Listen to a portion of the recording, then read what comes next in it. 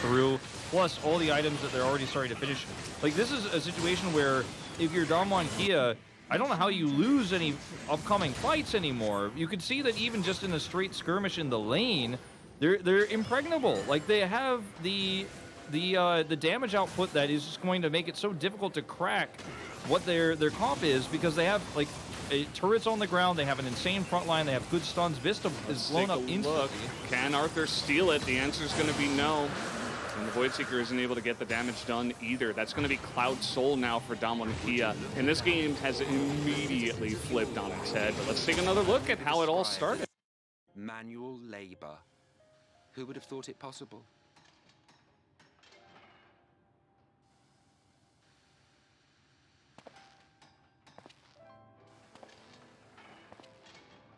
Do you know the most reliable way to deal with those who stubbornly refuse to see reason? You conquer them, crush them under heel. Such was the trusted method of Alec, and one still favored by Garlemald.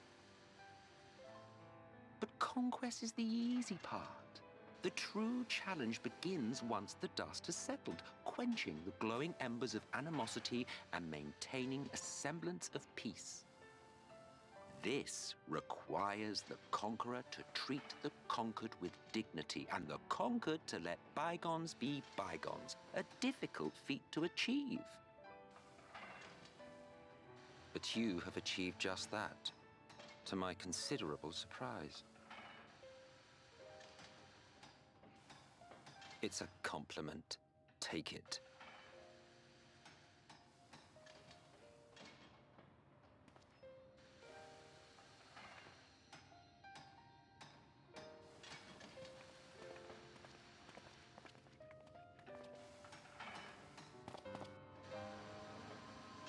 Ah, the vibrant energy that fills the air when like-minded souls gather.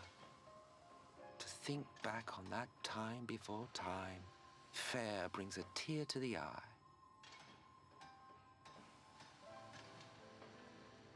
What? You thought ancient beings like us incapable of crying? Well, rest assured that if your heart can be broken, then so can mine.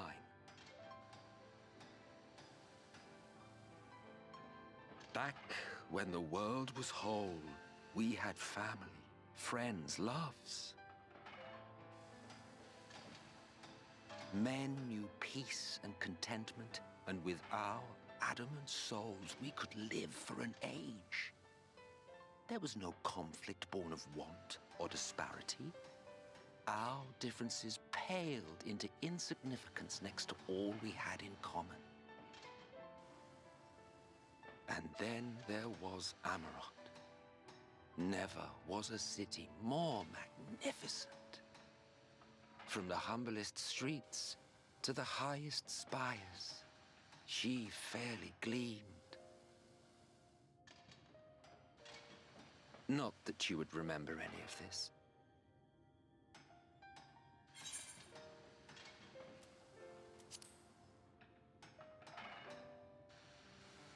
Never mind. The point is, the world of old was a far better place than what we have now. I believe you would like it, having witnessed the things you have.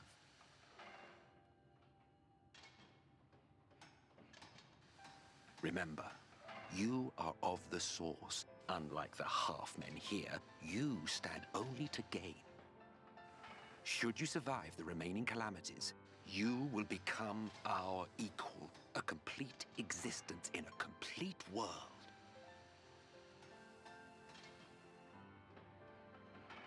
But such talk is a pleasure for later. Back to work, hero. Ah, there was one thing I had meant to ask. How well do you know the Exarch?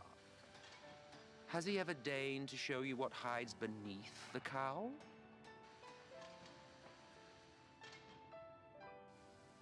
What? Never? Even to you? How very interesting.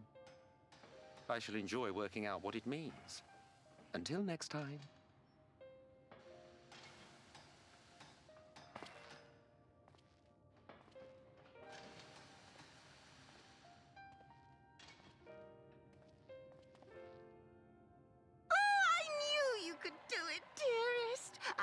doubted you for a moment.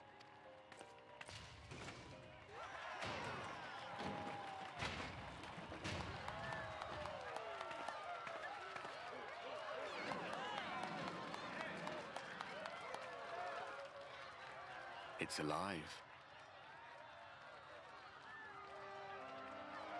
I don't know if you remember, but when we first met in this world, I was all but spent. I never thought to wonder why until now.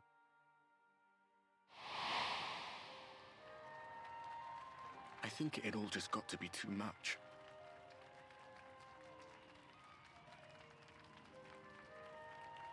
The guilt of causing the flood, knowing everyone hated me. But the worst thing was the solitude.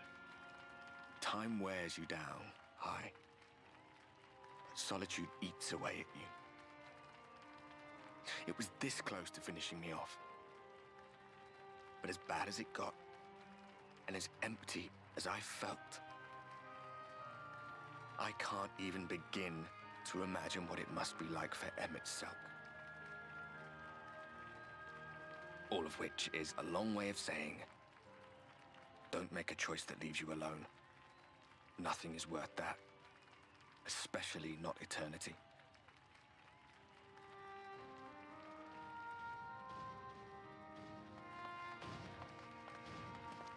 Glad tidings, my friend. The ladder lives again. The three of us have been invited to do the honors. Are you up for it? Of course. That's the spirit. Come on, then.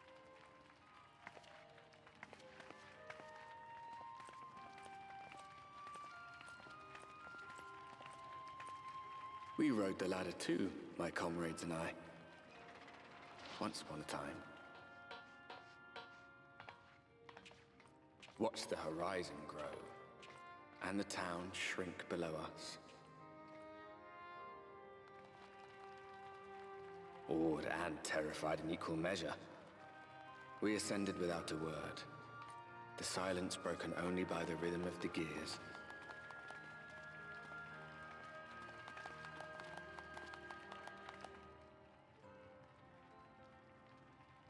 No one but me remembers that day.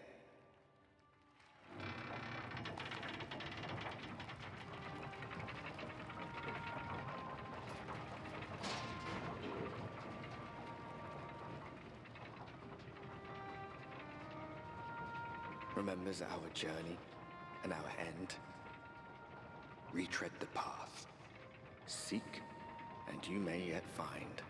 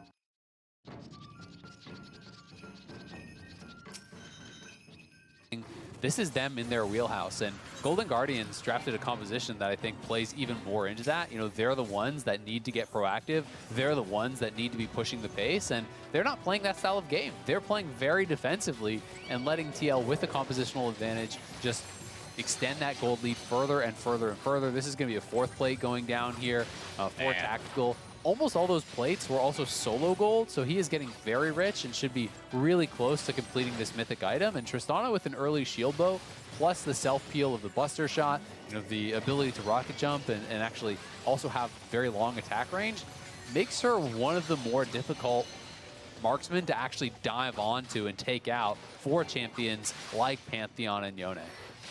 Especially when those champions are not exactly ahead of the curve of the game either. Jensen losing some HP here in the mid lane. A Blaze Olive using the full duration of the Soul Unbound to stick around there and take Jensen down to 40% HP. Down in the bottom lane, it's Golden Guardians summoning up that Rift Herald. They got 15 seconds left for the plate money. They recognize they're not going to get a better deal than this.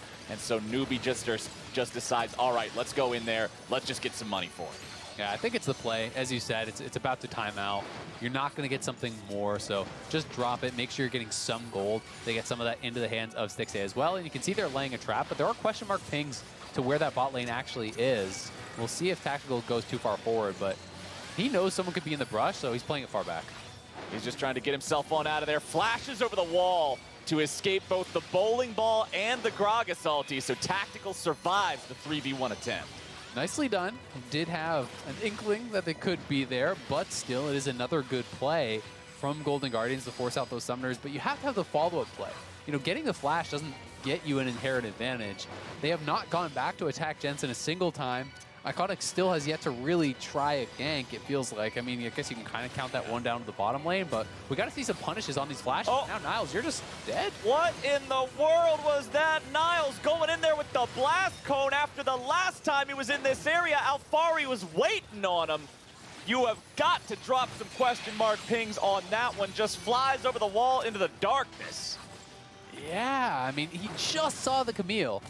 He knew that they could be in that area, and going over, I mean, if you want to contest at the blue, okay, but then you have to wait for your jungler and probably even your mid laner to come over because Azir was also missing, so you know that possibility is there, and Niles getting punished again. Not only does he die, but he dies while flashing.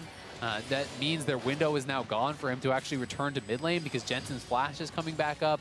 Tactical kills your tower in the bot lane, and this is becoming a very, very one-sided affair. You can see the mythics all coming through now for Team Liquid. Only Core JJ as the support is not going to have it, and the itemization by comparison looking pretty sad on the other side. Niles going to find himself in a bad spot here yet again. Team Liquid backing off with the TP showing up. A Blaze Olive will be able to keep his ally alive. A nice ulti coming in there. A Blaze Olive forced to reset his position as Santorin's going to tank up here on the front. Damage coming right back through, and Alfari takes the kill. Santorin is currently stuck in the alcove, likely to die here. Gets himself over the wall into the brushes. Wants to take a Blaze Olive with him, but cannot do it. Golden Guardians makes that one a 1-for-1. 1-for-1, not bad. Tactical and Core JJ are up here, but they saw everyone from Golden Guardians was there, so they didn't actually want to commit to the fight. They decided to stay on the outside. Jensen is pushing in mid lane, and now Tactical is actually just buying time. He's just sitting here to harass them on the way to mid lane. There was a wave at that tower. They were getting more tower damage down. Now he will very likely head down towards that bot side, but you know, more gold going the way of Team Liquid in that, because it is just that 1-for-1. It cost them the teleport. We can see again, Niles just getting picked on here. Doesn't have vision in the river. No one from his team is around, so the hook shot to be able to follow up as he goes back. And then as the TP comes through, it's a really nice start to it from a Blaze Olive. I wasn't sure how much he could get done coming in at fairly low health, but he is forced to retreat earlier than he wanted to because he did enter the fight at about half health. But then Newbie is here, Stixxay is here, Iconic arrives as well, so they just decide, all right, give it up. Give that one kill over to Santorin as Core JJ and Tactical don't want to enter the fight. Yeah, if the Yone had plenty of HP, they probably save Niles there and end up being able to just grab the kill onto Santorin because a Blaze Olive can stick around long enough with the DPS. But considering he dropped down to 300 almost instantly after his opponents landed after his ulti knockup, I don't fault him for jumping back and saying, no, I don't just want to give a free kill away over here. All 3 kills that Team Liquid has at this point, 17.5 minutes into the game, are on Niles there in the top lane. So I guess if you're looking for a silver lining for the Golden Guardians, the gold from the kills is being reduced every single time because he's on a death spree. Now, that's not too great of a silver lining. That's the knockoff silver that they put on the edge of something. It's not actually real silver. But the thing is, Golden Guardians are still looking to fight here for the third Drake of the game.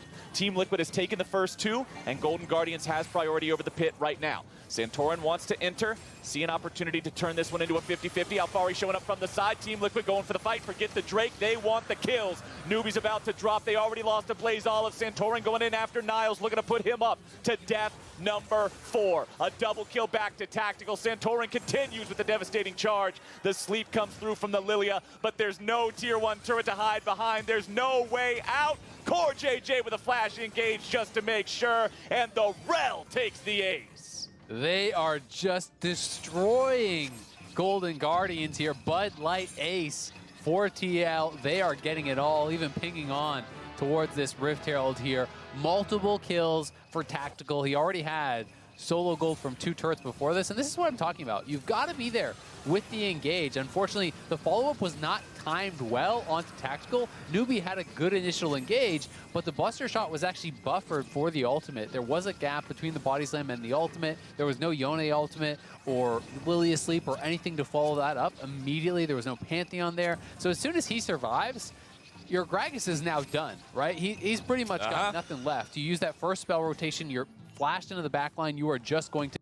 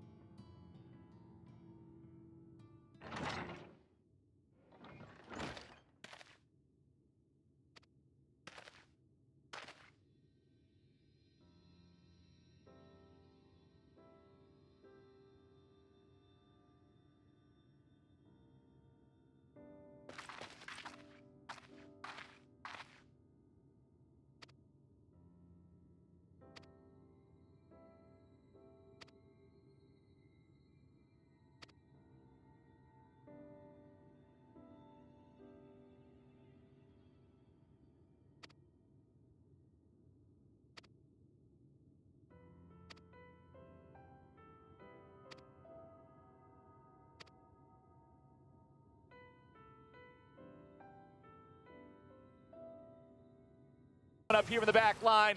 Golden Guardians are falling to pieces, and Team Liquid picks up 3 for free. Oh, you know it's doomed when there's a dive at your tier 1. The camera pans down to where the tier 2 is, and you're like, all right, Golden Guardians, here come the reinforcements. And it's all Team Liquid there too, already diving someone else over by that tier 2 tower. When their teammates are dying at the tier 1, Team Liquid take it all. 21-minute Baron, 11,000 gold lead. This one is all done but the crying. And let's take another look at how it started here with a Blaze Olive finding himself caught between 2 long-range carries. I love that jump. So good. And I mean, you're a full item up, right? It's a shield bow versus the shield bow pickaxe Phantomancer. When you could jump onto Yone's head as a marksman, and Captain Flowers is talking about how that's a good play and not you just give the game away. You're like, wow, I love when Tristana jumps on Yone's head. That tells you a lot there. Because usually you'd be screaming, what is he doing? He just inted. But they are so far ahead. You can make that kind of play, and it is the correct play because they're ridiculously strong. He picks up the stopwatch off the back of that, but there's just no opportunity to actually attack Tactical here. And we even saw, again, really good timing with his abilities as the Pantheon came in and went for that W stun. Tactical had already buffered the ultimate, knocking him away, and that is the only gap closer the Pantheon has. So it really eliminated any threat that the Pantheon had in that fight immediately. Golden Guardians are praying for a botched dive or something along those lines from Team Liquid, because barring that, this game is done. almost 12,000 gold at 22 minutes. Everybody on TL still has the Baron buff for another minute and a half. Mid lane inhibitor's about to be taken down by Tactical. The rest of Team Liquid just protecting him as Alfari sets up the wave here in the bottom lane. Core JJ is posturing aggressively. You know that this is a guy who's not afraid to go for a big play, go for a big dive. Alfari trying to go in here onto Iconic. Alfari's going to be taken down. Team Liquid going in for the 4v5, and they will just slaughter the Golden Guardians. A triple kill for Santorin's Hecarim. He wants to pad the stats a little bit further. You talked about how AP Gragas is squishy, and they just turn him into nothing, man. Snap your fingers and he's gone. Bud Light ace for Team Liquid. Protect that Shelly. No, the last turret shot took her down. We almost got the Dancing Rift Herald. 23 minutes in. Team Liquid take down Golden Guardians. They are coming into week 3 looking strong. Just trying to pad the stats a little bit further, see if maybe somebody's going to spawn. Jensen inted a little bit there to the Fountain Laser at the end, but it does not matter. GG, Team Liquid get the win. Oh my God, Team Liquid, these damn KDA players not protecting Shelly, chasing down the Dragon's kill instead. What happened to protecting the 6th member of the team there? Shelly could have danced, but Team Liquid playing an incredible game, absolute dominance in this one. Golden Guardians got pretty clever with the draft, it felt like, and I did think that there was some merit.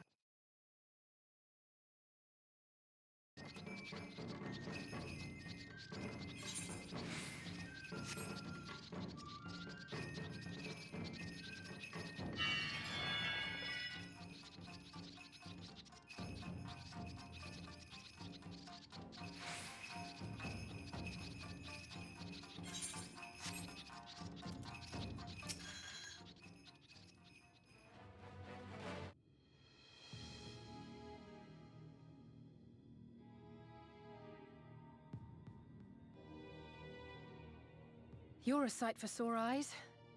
I don't...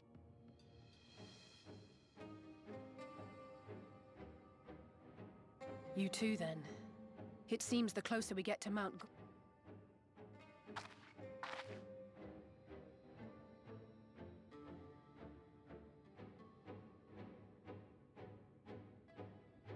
Looks a lot bigger from here, doesn't it? If I were Vorthri, the first thing I'd do is surround myself... And judging by the number we've already fit... This is going to be a tough climb. But first things first. We need... Y'shtola is right to be worried.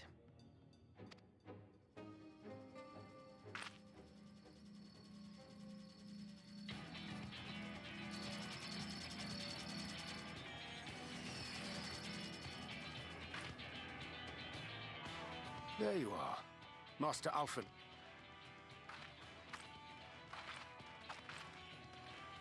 Urianger. And you too, Exarch. What brings you? I wish to observe the final struggle with my own eyes. I arrived at bottom rung too late to accompany you. Come, let us see how this unfolds.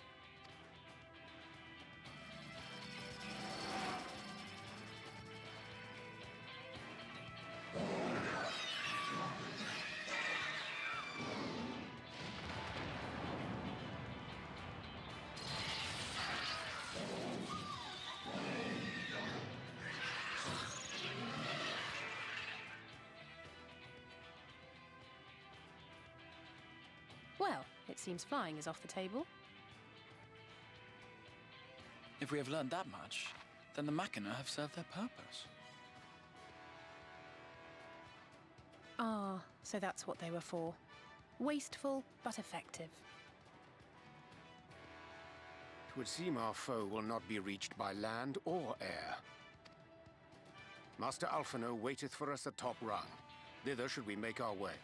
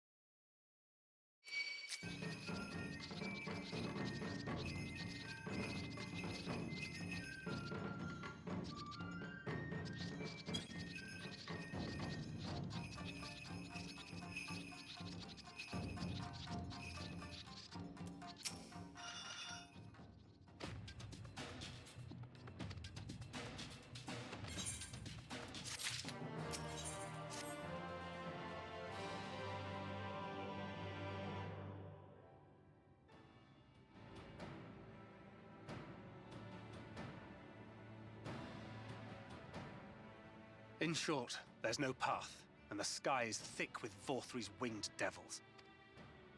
We might consider Amaro. But without extensive training, we can't. Yulmore's airship fleet, meanwhile, consists solely of transport vessels ill-suited for battle. And without the expertise of one such as Cid, we are in no...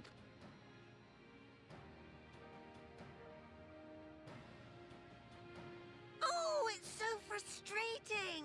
That wretched mountain should jolly well come back down to us! Now, dearest, we mustn't disturb these good people at their work. We've ridden the ladder and seen the sights. It's past time we took our leave.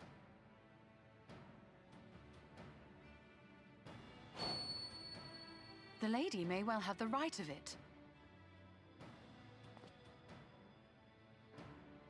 Mount Gulg will not soon come down to Earth, nor can we compel it to do so. But if the mountain will not come to the land, mayhap the land may be made to come to the mountain. In the form of a Talos large enough to reach out and take the volcano in its grasp. To build such a golem would be an onerous undertaking indeed, yet the principle seemeth sound in itself. Boulder Dash! No one has ever made one even half that size. Leaving aside the small matter of logistics, which, by the way, would be no small matter, the design would be unimaginably complex. Though, I suppose, if its only function is to cling to the ruddy mountain, perhaps it needn't be. A solid base, firmly rooted to the ground, sacrifice mobility to simplify the construction, reducing materials required.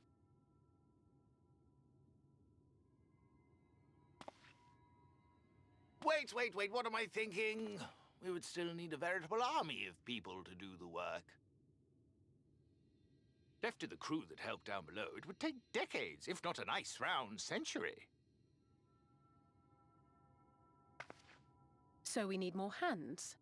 And what sort of things would these hands be required to do?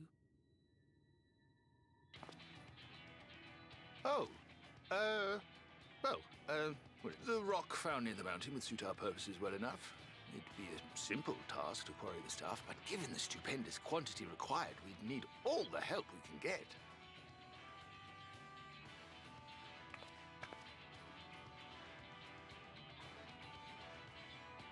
We have friends amongst the miners of Armoring. I will go and petition their aid. While you do that, I'll make for Mordsuk.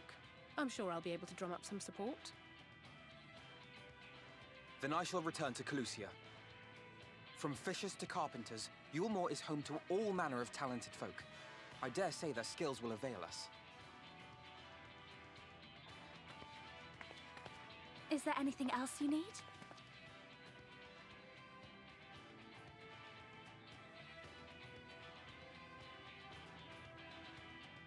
Well, yes, actually. Magic.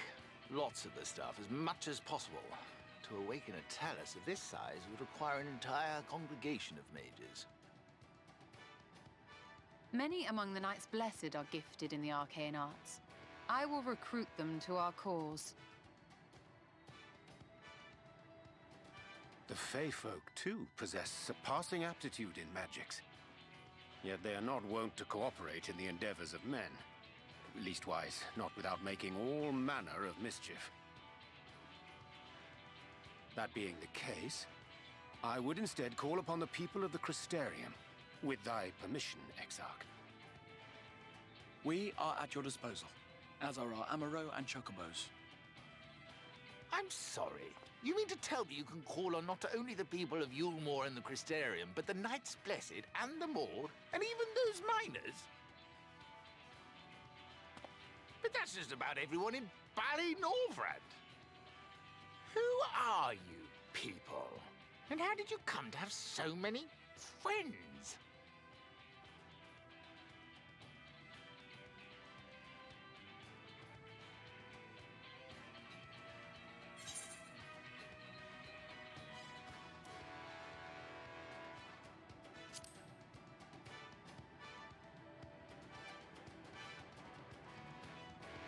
No import? You expect me to believe that after you just promised me the help of the better part of the world?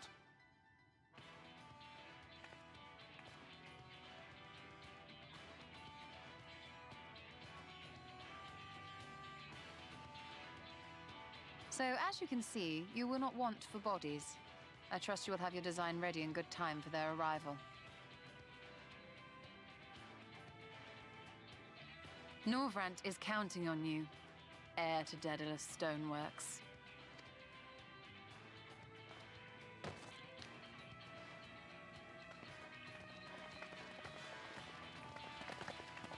We'll be back as soon as we can, and we'll bring the whole world with us.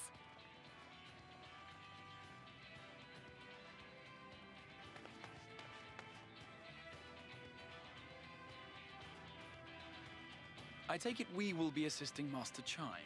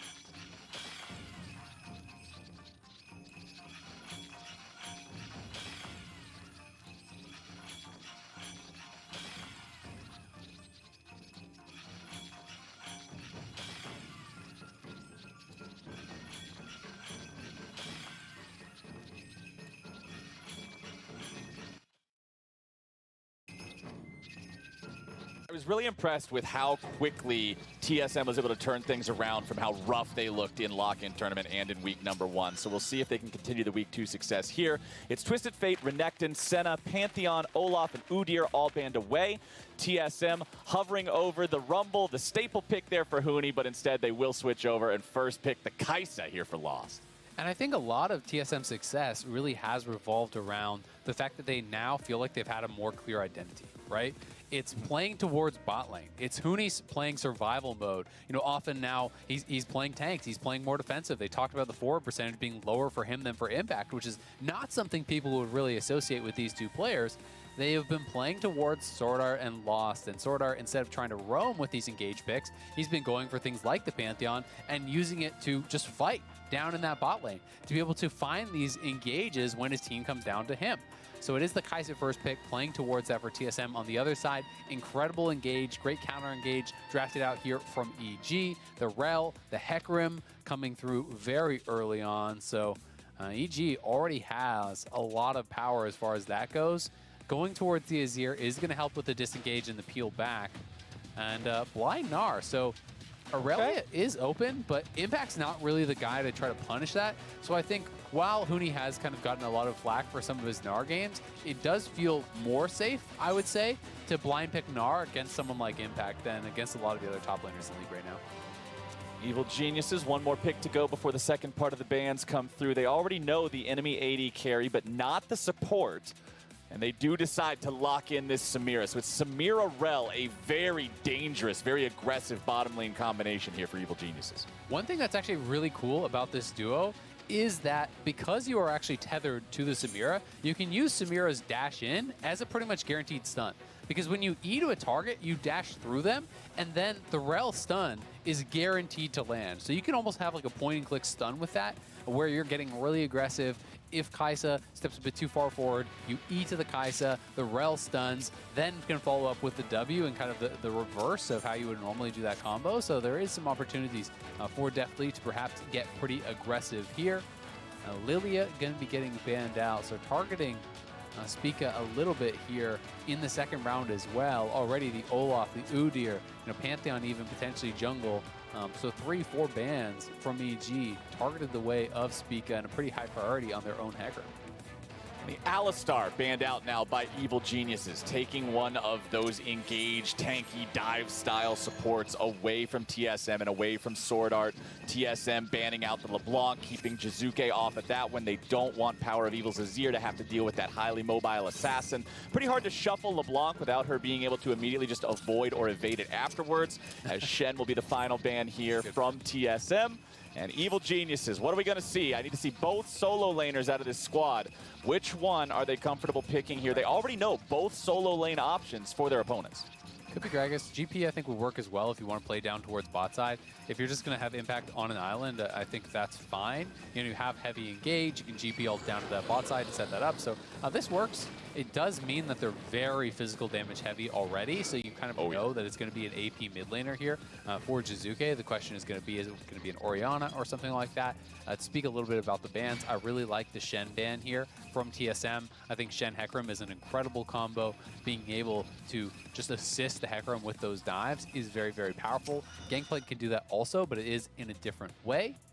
Nidalee the pick here. Nidalee picks up, yeah. So will be interesting to see if he goes towards that Moonstaff style build, the more supportive style Nidalee, or if he wants to really go more aggressive for the damage here.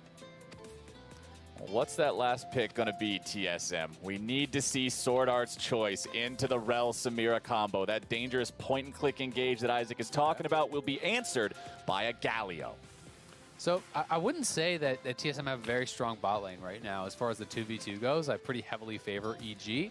The Galio is going to be useful come teamfight time, but it's not the easiest follow-up. You don't have the point-and-click kind of ultimate to go in on someone who's locked down, like with Camille and J4. Those are the combos that people usually really love it for. It's going to be about Huni getting in the backline, Spica hitting a spear and diving into the backline, Galio following up on that. I think for TSM, they're going to play this 2v2 relatively defensive. You have to be careful about the power of Samira and Rel. If there's any sort of all-in, I do think it would go the way of EG. But I really actually like their draft quite a bit. You have the Rise here for Jizuke. That gives you the AP that you do need. It gives you a side laner that can go out and actually 1-3-1 alongside the GP. I think that they could potentially have pretty strong advantages in those side lanes later on. They will have to be careful about any potential assistance from someone like the Galio, but Rise can be pretty frightening for a Gnar to lane against later on in the game, and it may be able to both 5v5 and split push. Plus, Rise is one of Jizuke's comfort picks, right? We've seen this guy play this champion tons of times before, so if you want Jizuke to be able to pop off and be in a good state to play to his maximum capability, put him on a champion that he knows. And taking this Rise up into the Azir, we'll see which one of these two hyper-scaling AP mid laners can carry harder.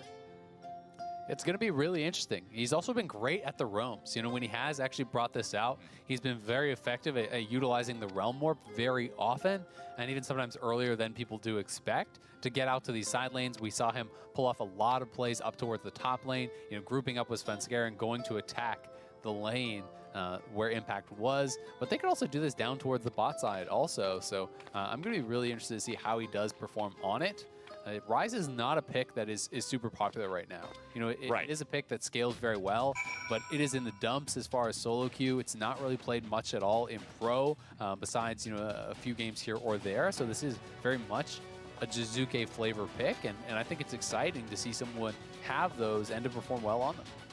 Plus, it can catch people off guard, right? If you're not used to playing against it, if you're only scrimming against the Azirs, the Orianas, and the Syndras, it's much easier for somebody on one of those less picked champions to surprise you in what could be a game-changing moment if Jizuke is able to pop off, have a huge Realm Warp. We know that Rise is not only one of those champions that can dish out tons of damage in fights in particular, but proper usage of that Realm Warp with some minions, with some other champions, can really create some game-changing plays.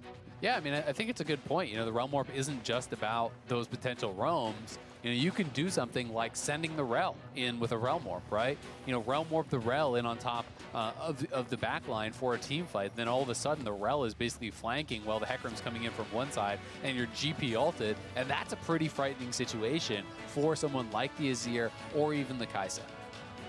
All right, we're on to the Rift. Let's see how this one shakes out. Looking at everything across the board here, it's Grasp of the Undying versus Grasp of the Undying up there in top side. Not too surprised about that. You got Nidalee with the Conqueror versus the Phase Rush on Svenskaren's Hecarim. Power of Evil running the Comet on Azir. Unlike the Azir that we saw before, running lethal tempo against a melee opponent up against a ranged enemy, Comet's going to give him a much better laning phase. And then everything down there in bottom lane is par for the course. Exactly. I think it's really just about these short trades. When you're up against someone like Rise, you want to utilize your range. Just continually poke away with those Qs from the Azir, land that Comet, try to push Jizuke out of lane. Azir also has an advantage as far as the mana war goes. Generally speaking, Rise is very mana hungry because the Sand Soldiers don't really cost you too much. You can actually sometimes just get control of the wave in a matchup like this and constantly push in the Rise, force him to use out a lot of mana. And if you can get the push, then it's really going to work heavily in your favor because you're going to force Rise back to base at pretty odd timing. So Jizuke is trying to combat this by getting control of the wave through actually just fighting Power of Evil. You can see him posturing aggressively, landing multiple E's on Power of Evil and really trying to go right at him. Jizuke just trying to make sure he doesn't get stuck in that bad spot you're talking about. A couple of these minions down very low on HP. Jizuke will farm up that first one. Remaining caster minions pretty low, but man, Power of Evil just has these soldiers ready to go. Every time Jizuke steps up, it's Power of Evil there ready to punish him for it, and Jizuke is already down below half HP.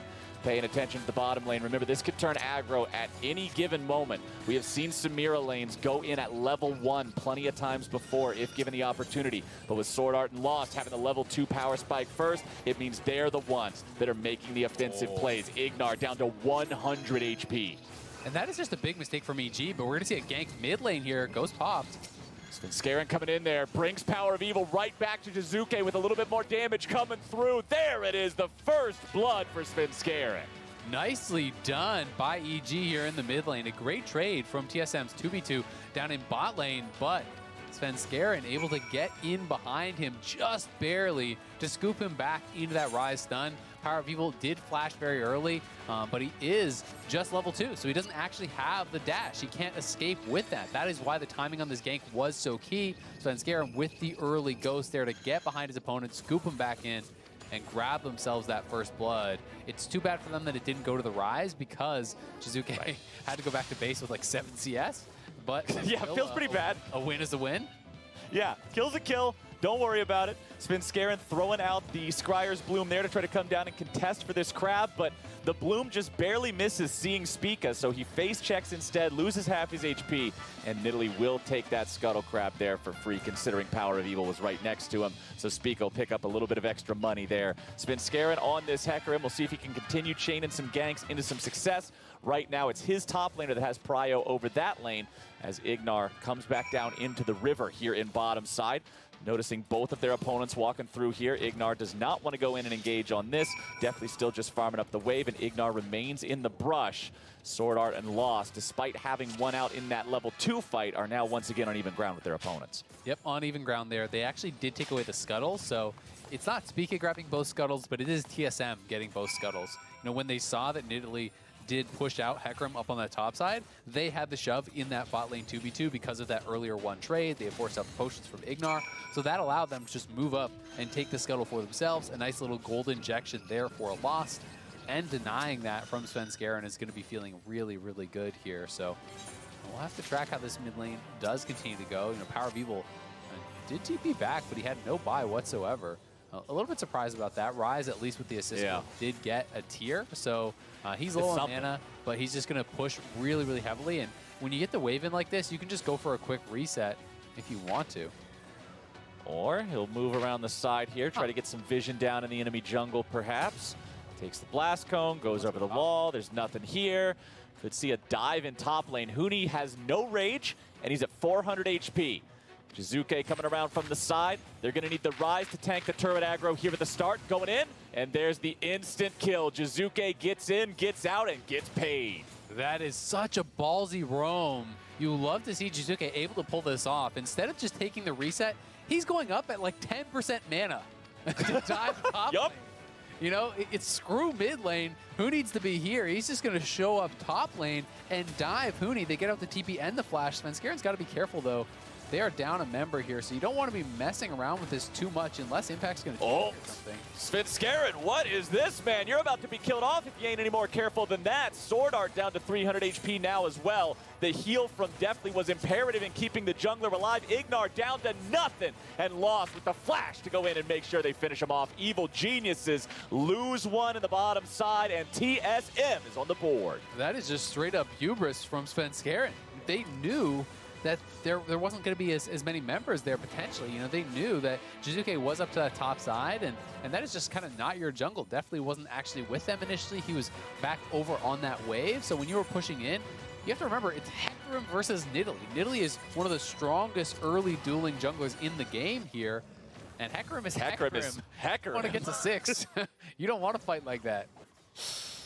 Well, let's take another look at how it happens. Svenskeren just checks the brush, and boy, does he wish he didn't. Yep, and just walking a little bit too far forward. I do believe they knew that the bot lane was around, but clearly he didn't know that they were in that brush.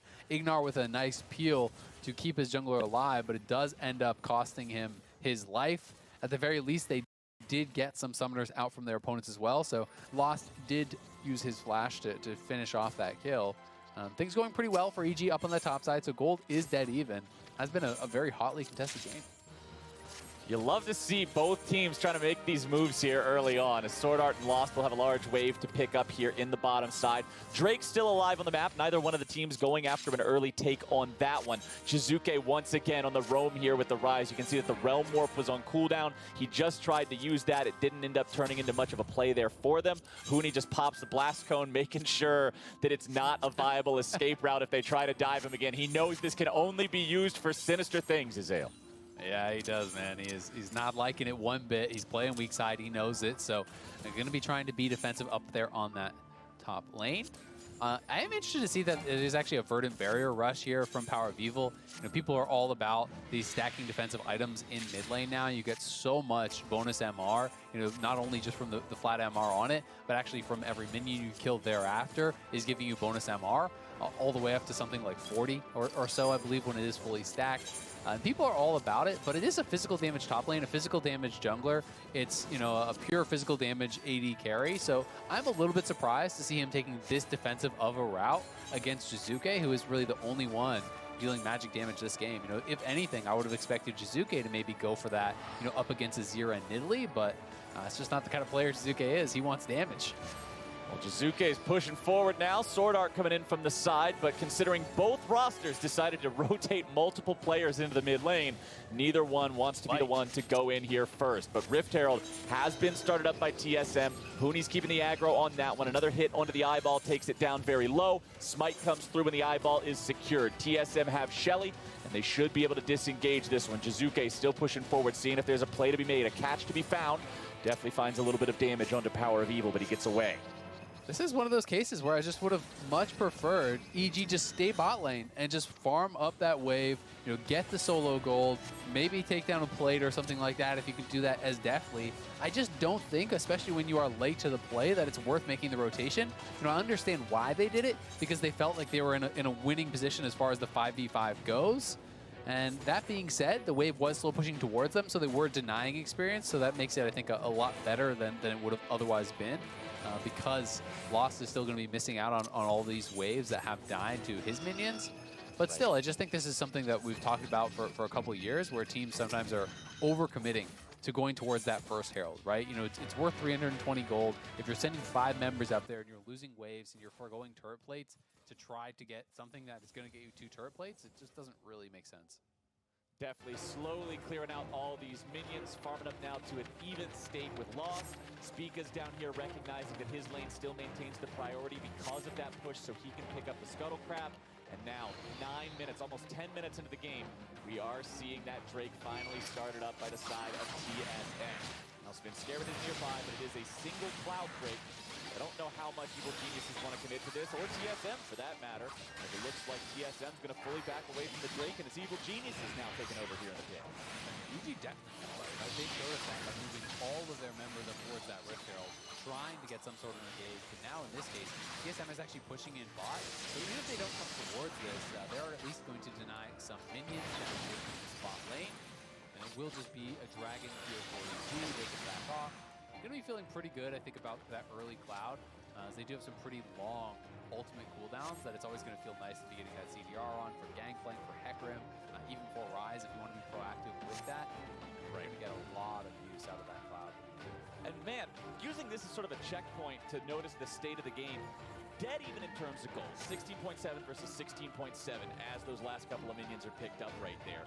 The Drake being really the only thing separating the two squads here, as farming and just general resource allocation have broken even for both sides.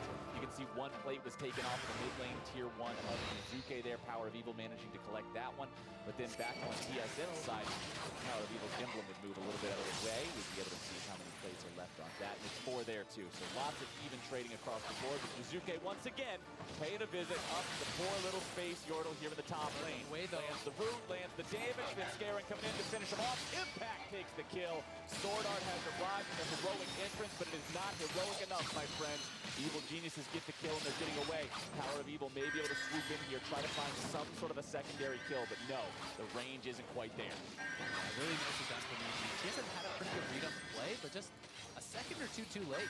You know, Spica, I thought he had seen Jizuke, but clearly he hadn't. He was over on the Gromp when that dive was starting out, and then Tony just couldn't actually get to Mega, couldn't survive long enough to turn that around, and Jizuke could be in some trouble.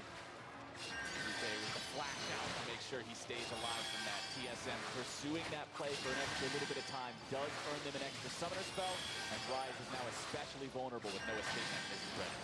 You know, I will say, I think that Power of Evil probably could have just flashed and ulted him back in. I mean, you're already committing the teleport from Gnar and everything. I think he might have been in range to actually flash follow and just scoop in Jizuke with his ultimate, but maybe not feeling confident about being able to pull off that play or it being even worthwhile. So they don't end up going for it. And the game, as you say, is incredibly even. And even despite the fact that EG have the dragon advantage, TSM got Herald.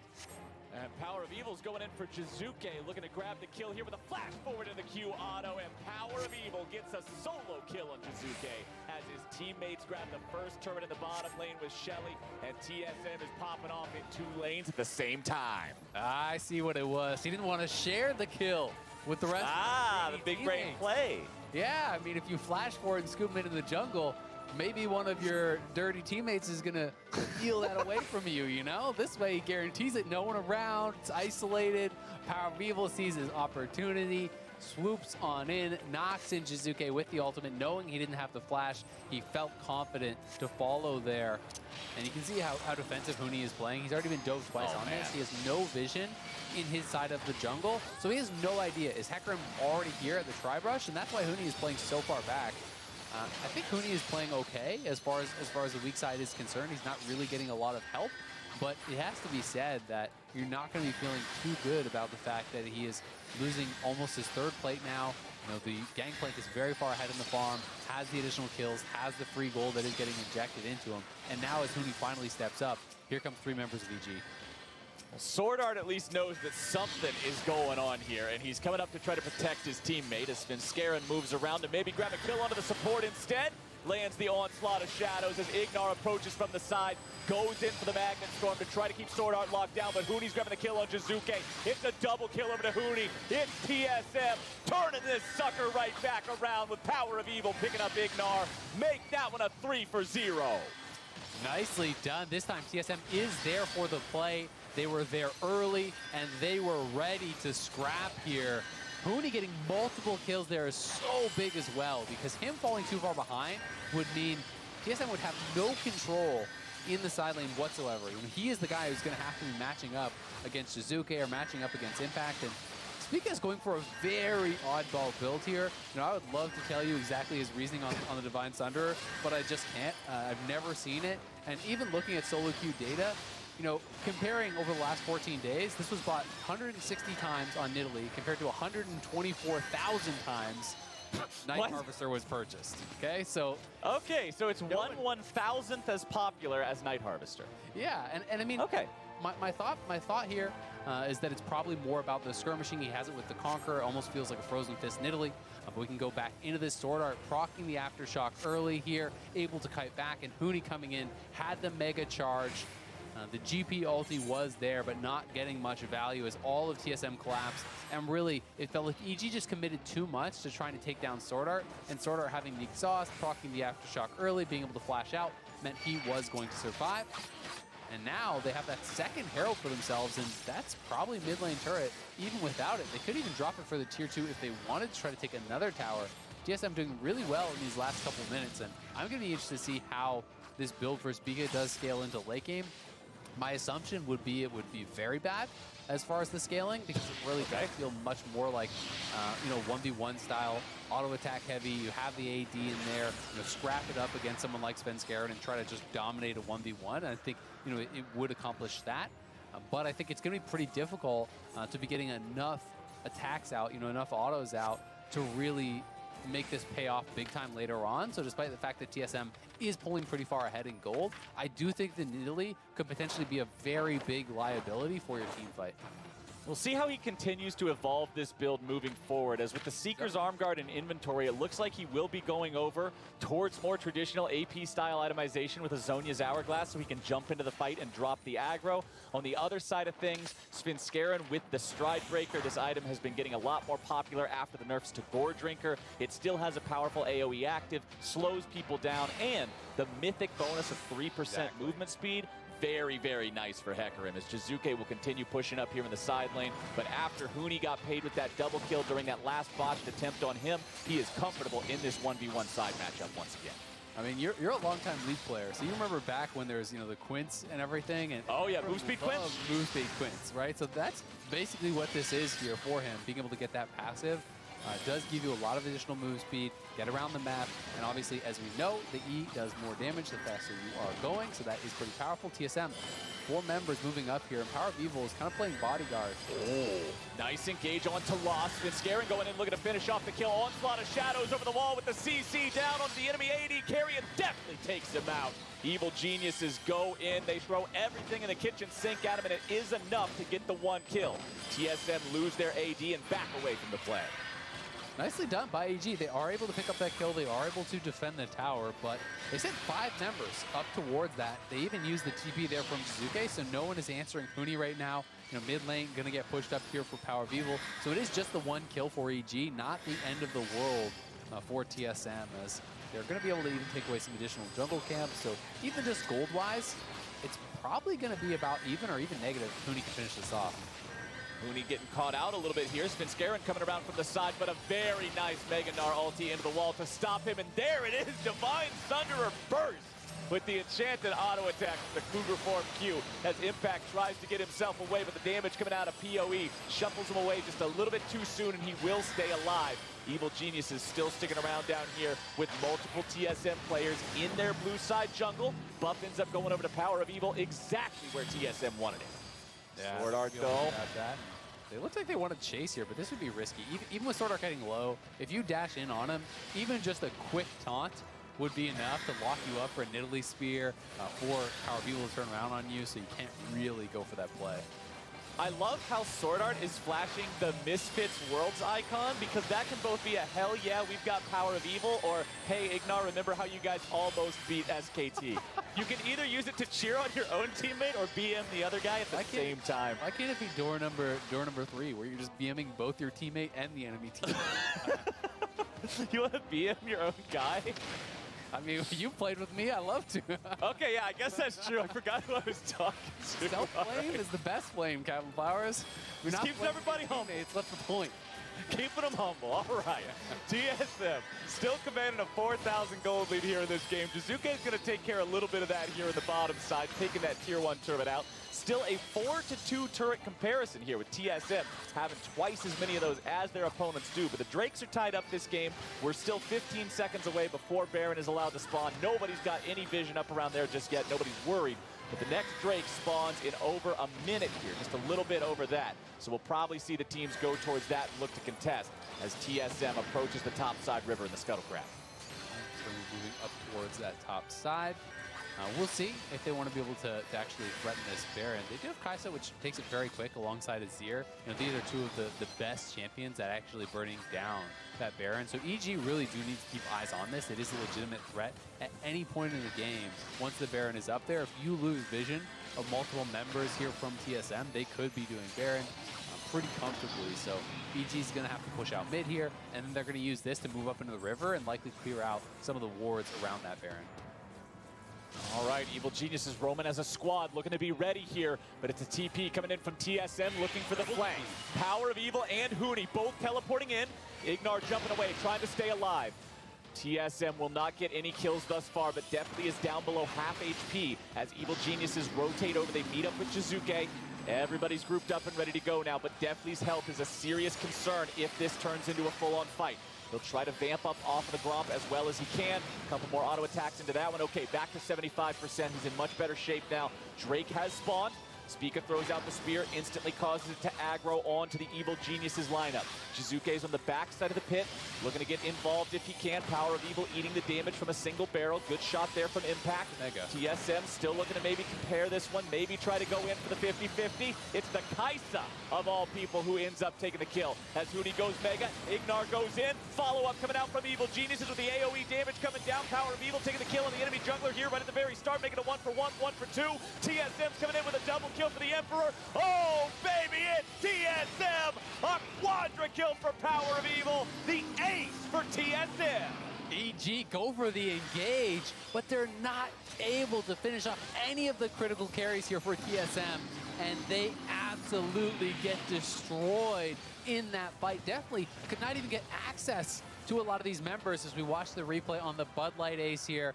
In goes Ignar. He finds the angle as they're exiting out, catching 3 members there, but Lost was not touched, Power of Evil was not touched, and then look at Power of Evil scooting back into the rest of his team, drops his Azir ultimate, and definitely can't really cross through.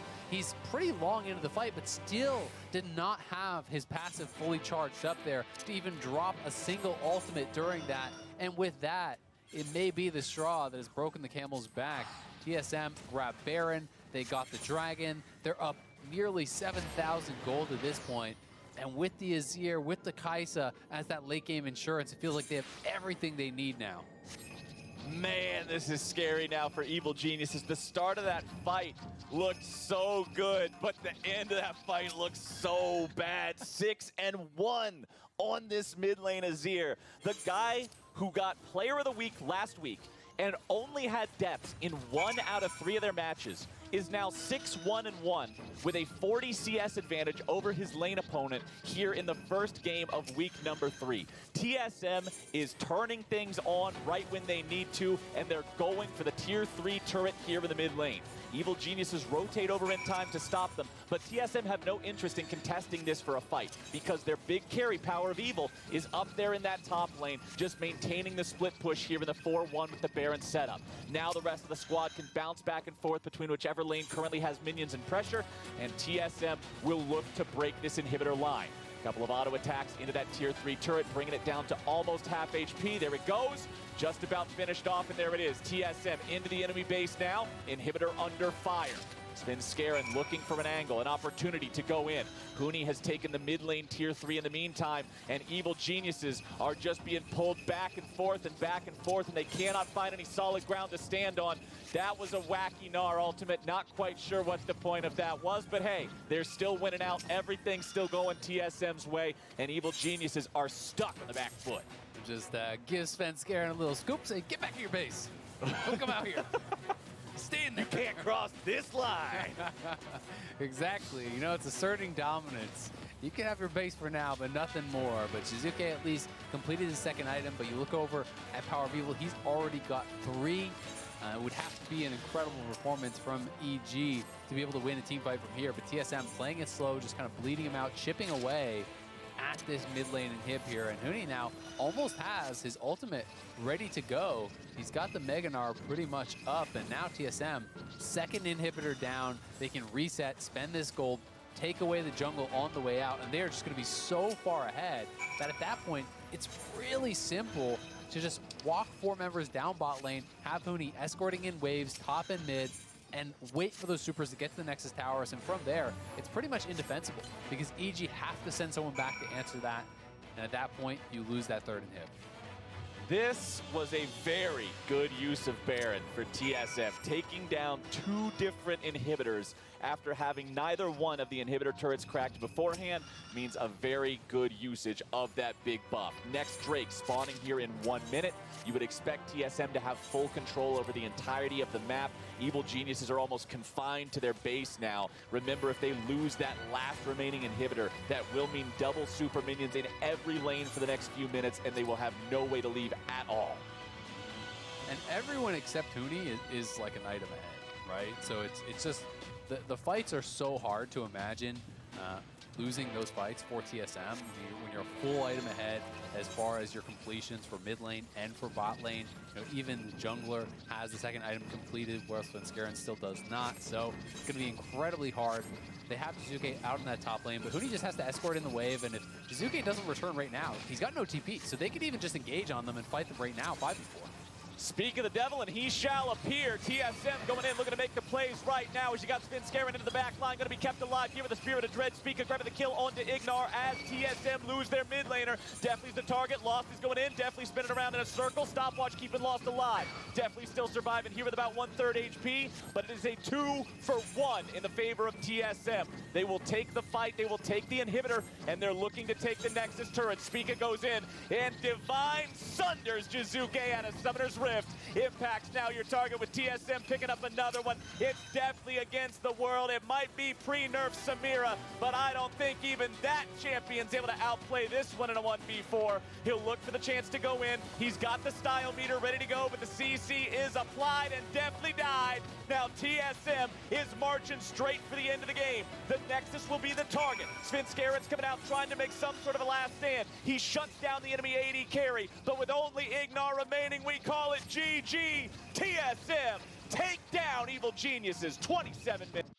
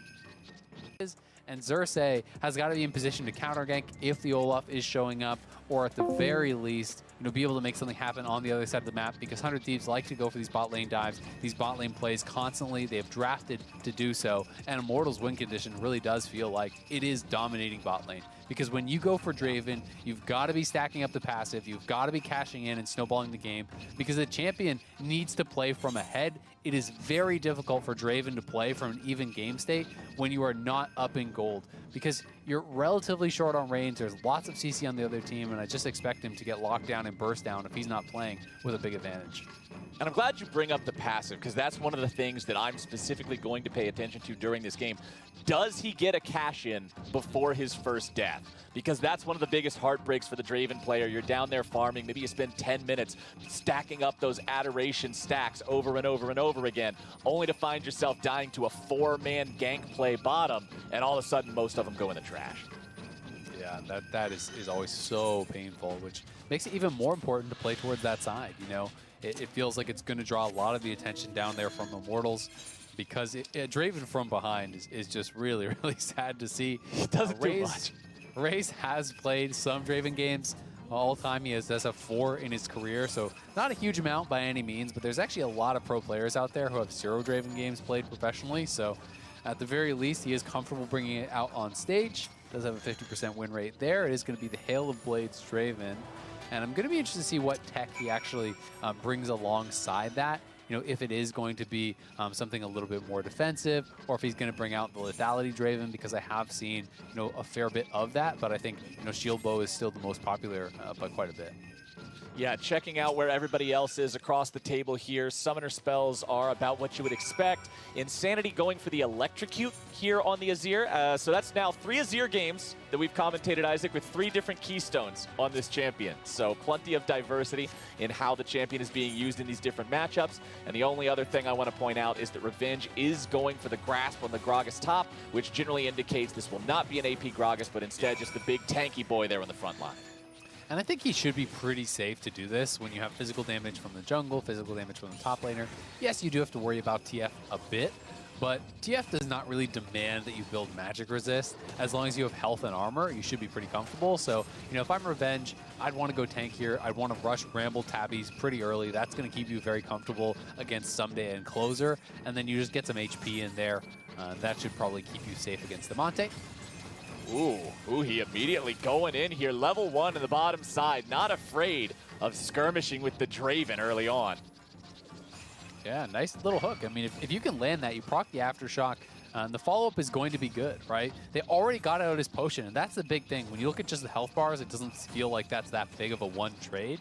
But the fact that FBI has biscuits and they got that potion off of Raze already does mean, 1 or 2 more bad trades from him, and he's going to be pretty much, on the back foot, just as far as the less sustain that he has compared to his opponents.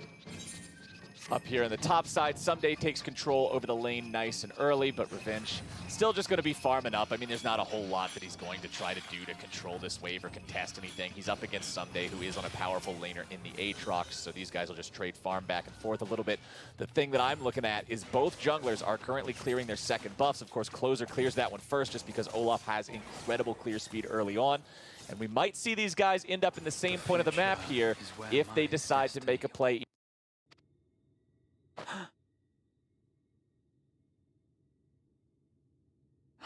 Forgive me, I was lost in a dream.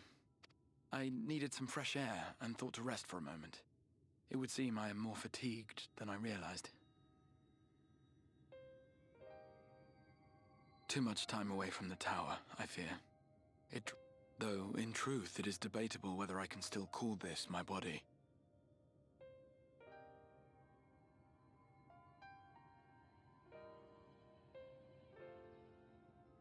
When first I turned my mind towards the salvation of the world, I came to the conclusion that it would take many long years.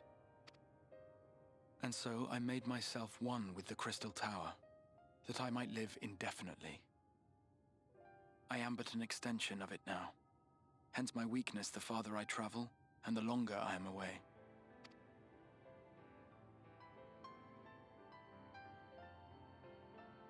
It has been quite a journey. But thanks to you, The end is in sight. My wish will finally be fulfilled. How goes the construction effort?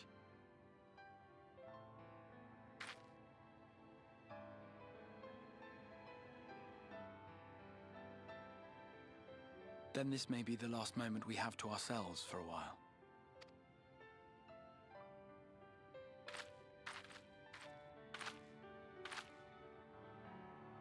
Tell me, when all of this is over, what will you do?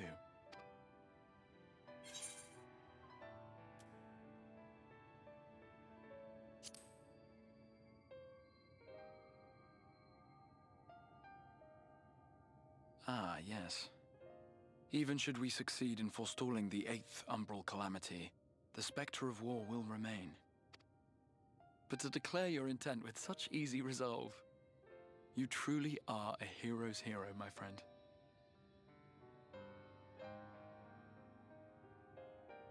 But whatever it is you decide to do, I have every confidence that you will do well.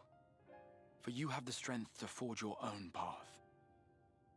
You will leave countless lives better than you found them, and the souls you touch will never forget your kindness. Then, in trying times, when you question your worth and your choices, they will raise their voices to remind you of the difference you have made. And thus will your deeds come to affirm your path. Remember this.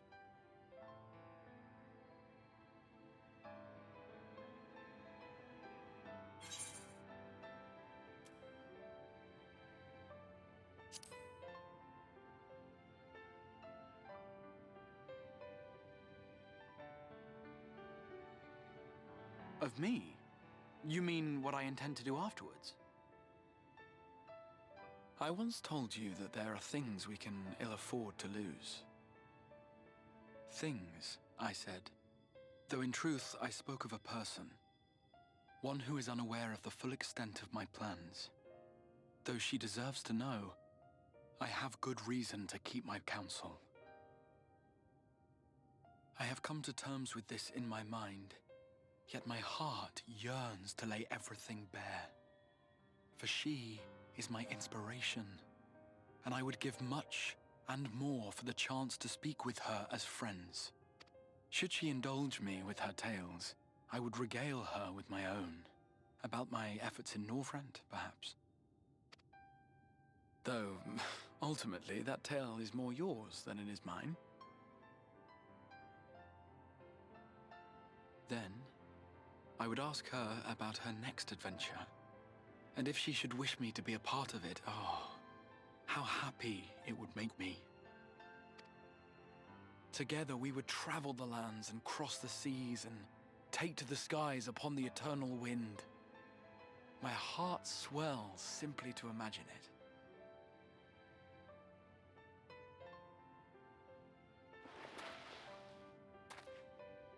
But all of this is contingent upon our victory in the coming battle.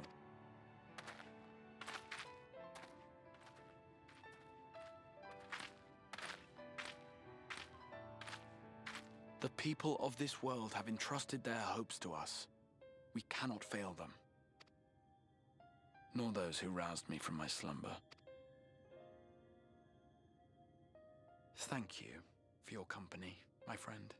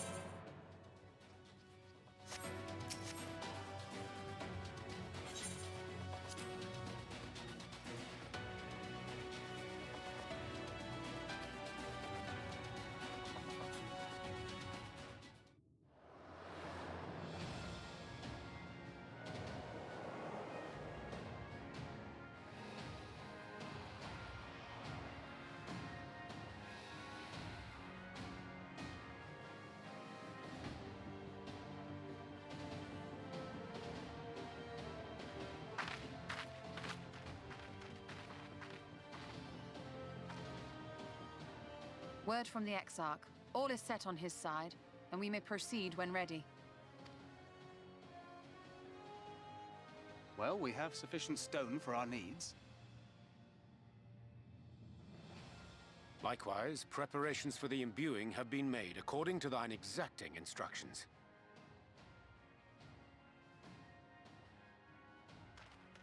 Then you need only say the word.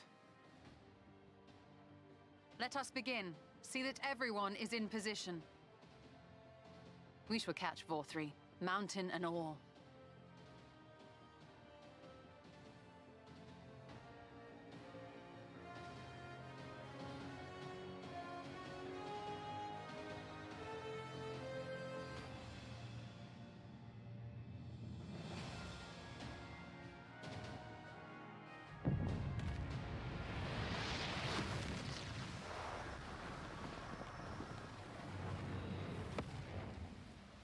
Here it comes!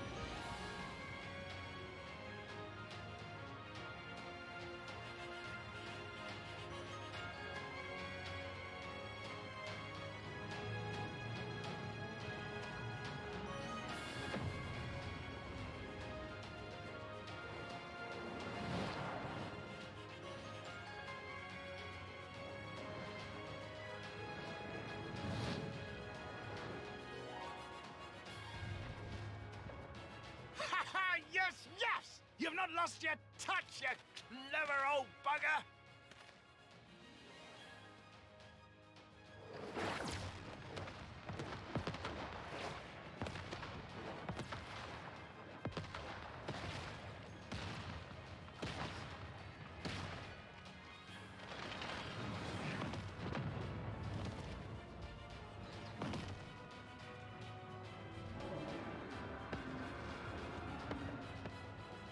Do you see what they're doing? If its hands are damaged, it won't be able to cling to the mountain. Oh, I knew this was a terrible idea. Vorthri marshals the Eaters to his defense. This was only to be expected.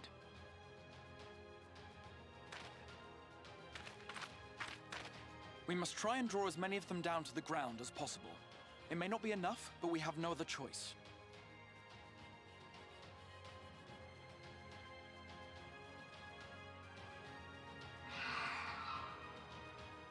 Is that?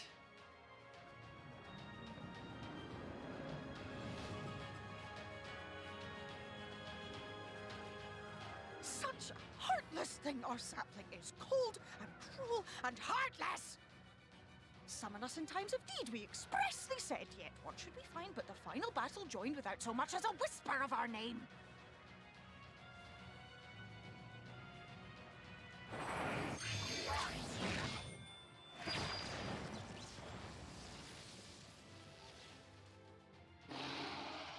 Yes, we may also have said that we Fae folk have no interest in the struggles of men.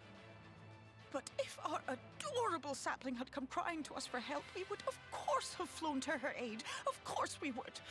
What are we to do with her?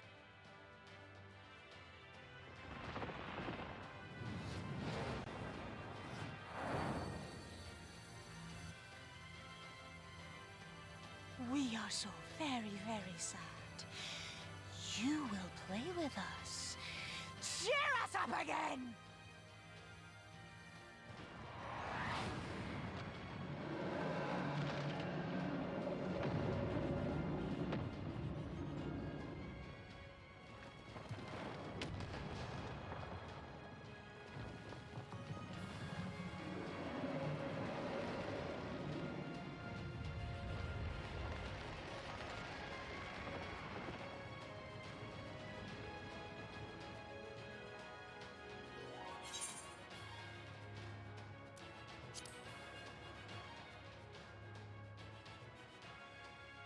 This I did not expect, but I will gladly accept their help. I will send word to Ystola and the others. Join them at the foot of Mount Gulg and be ready to make the...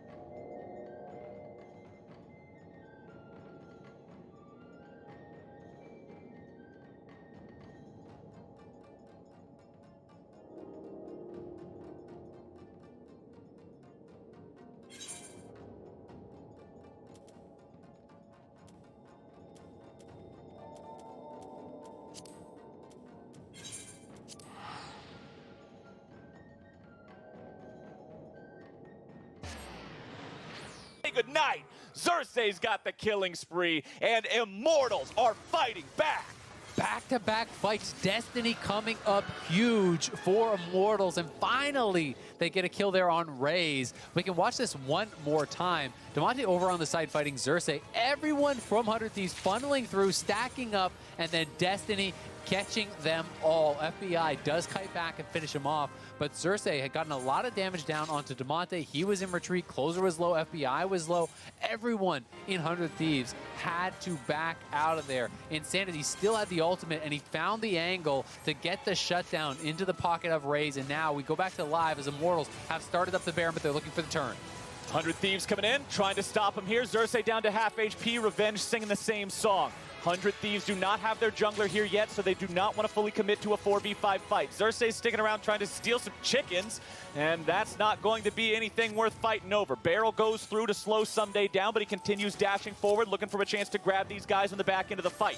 TF Ulti shows up just to see if anyone is in a vulnerable position, and the answer is Raze. FBI's coming in with the killer instinct, and it's no longer the League of Draven. Revenge body slams into the wall, and now he's caught out and shut down.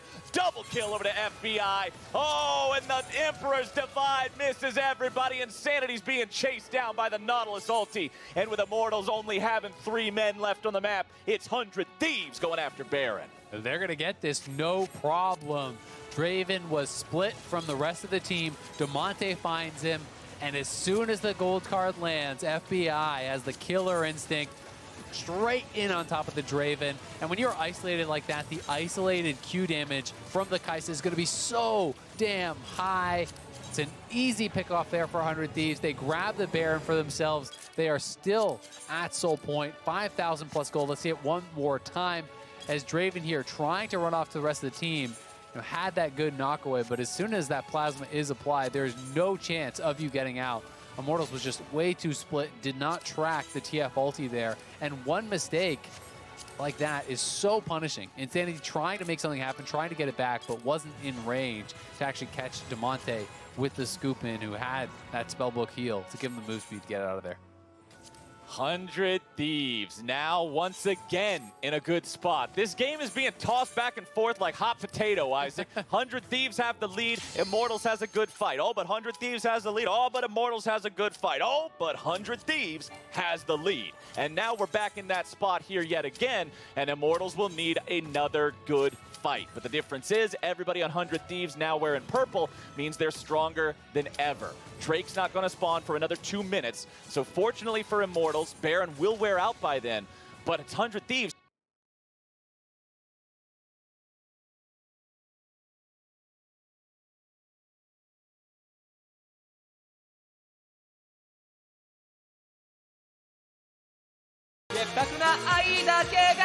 Those are kind of roaming between mid and top. Damonte just max range, giving the Baron buff to those minions on the top lane. So they want to put pressure on all sides. They want to extend that gold advantage. Someday may face check here. Could be in a little bit of trouble. Now, Someday finds himself in a 1v2, but with who he's showing up, Xerxes knows he has to get away. That eyeball over his head means this could quickly turn into a 2v3, and Immortals cannot afford to lose even a single man to a pick-off right now. I think they lost track of where TF was. I mean, TF popped the ulti, but TF was in top lane, right? So he's not actually in range to ulti over there. I don't know if they wanted to continue that fight knowing that he wasn't in range. Yes, he did show up, but it looked like that was the only member nearby, and I wonder if they could have gotten a little bit more aggressive to maybe get a pick on Someday, but it ends up just being that trade of ultimates as Xerxes has to pop his, TF ulti is down, and so is Aatrox. All right, Immortals, you've managed to weather the storm so far. 35 seconds remaining on the Baron buff, and they still have all 3 inhibitor turrets intact. I'm going to call this a successful defense for Immortals. I agree. I mean, they are not really giving up too much. They didn't bleed out a lot of gold, but it is a significant advantage still here. 400 Thieves, you can see the item completions are coming through. And the gold is at such a point where it's resulting in extra completions, right? You look at FBI, he's on 3 items plus luxury items. He has the stopwatch on top. Damonte now completing his Zonias. There's stopwatches in 4 inventories if you count the Zonias.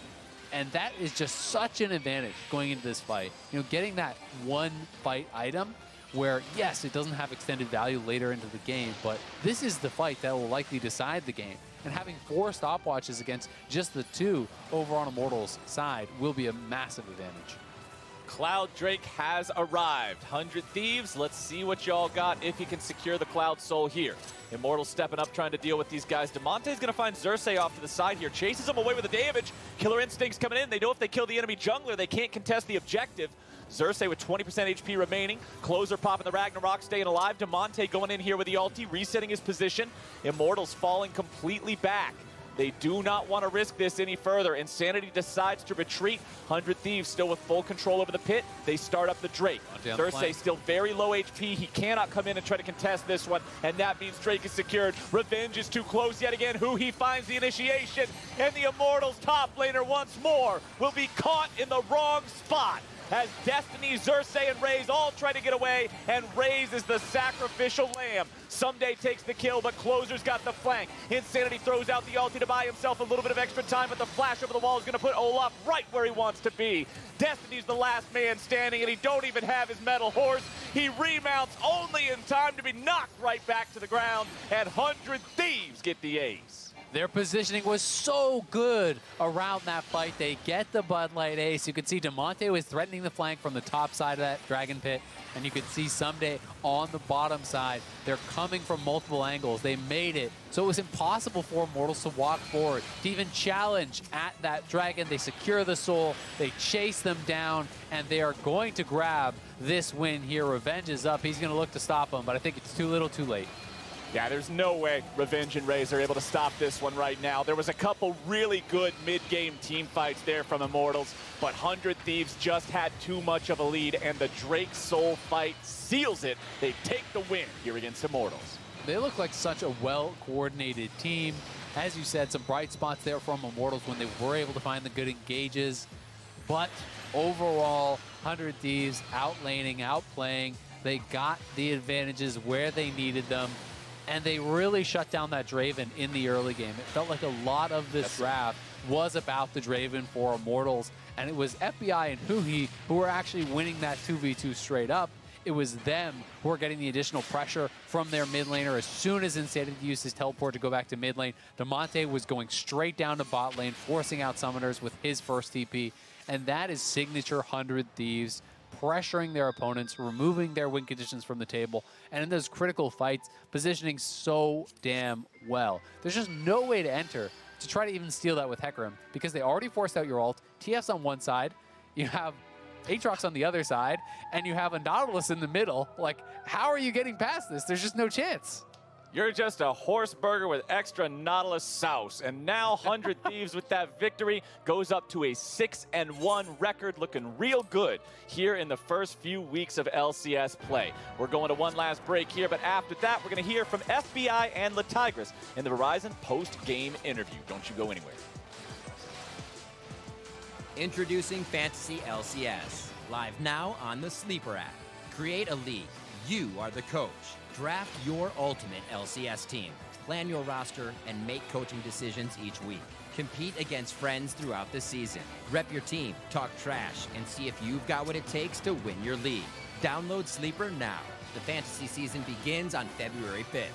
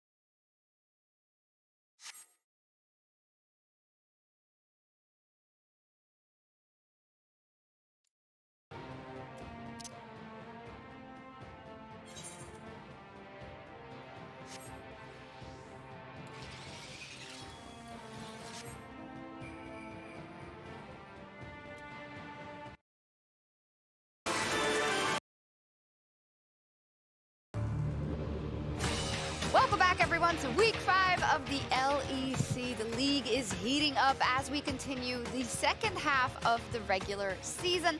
Welcome to the analyst desk, where I've got Sheepy and the best NA export the world has to give, Daniel D. Dracos. No, Ooh. Daniel Dracos. Call him Daniel D. Dracos, whatever. Works out for me. And you know what? I'm glad we're flaming Ender already. It's 2 seconds in. Oh, I didn't even think about that, she says. All right, cool. Let's talk about the league. Yesterday, of course, pivotal day in the race for playoffs. Crossed that halfway mark. Let's look at how it shook up the standings. A lot of action in the middle of the pack. Who were the winners of yesterday? I mean, clearly I have to point out Vitality here. I mean, they showing signs of lives, right? So signs of line. Mostly life, though. Agreed. Vitality, you know, signs of life. So yeah, I think the solo kill obviously in top lane is one of the nicest plays. It happened again later on. So I mean, Vippo, the solo king god, basically slain down. And yeah, I'm having more hope now for Vitality. I think they said it themselves in the interview perfectly. We wanted to fight more.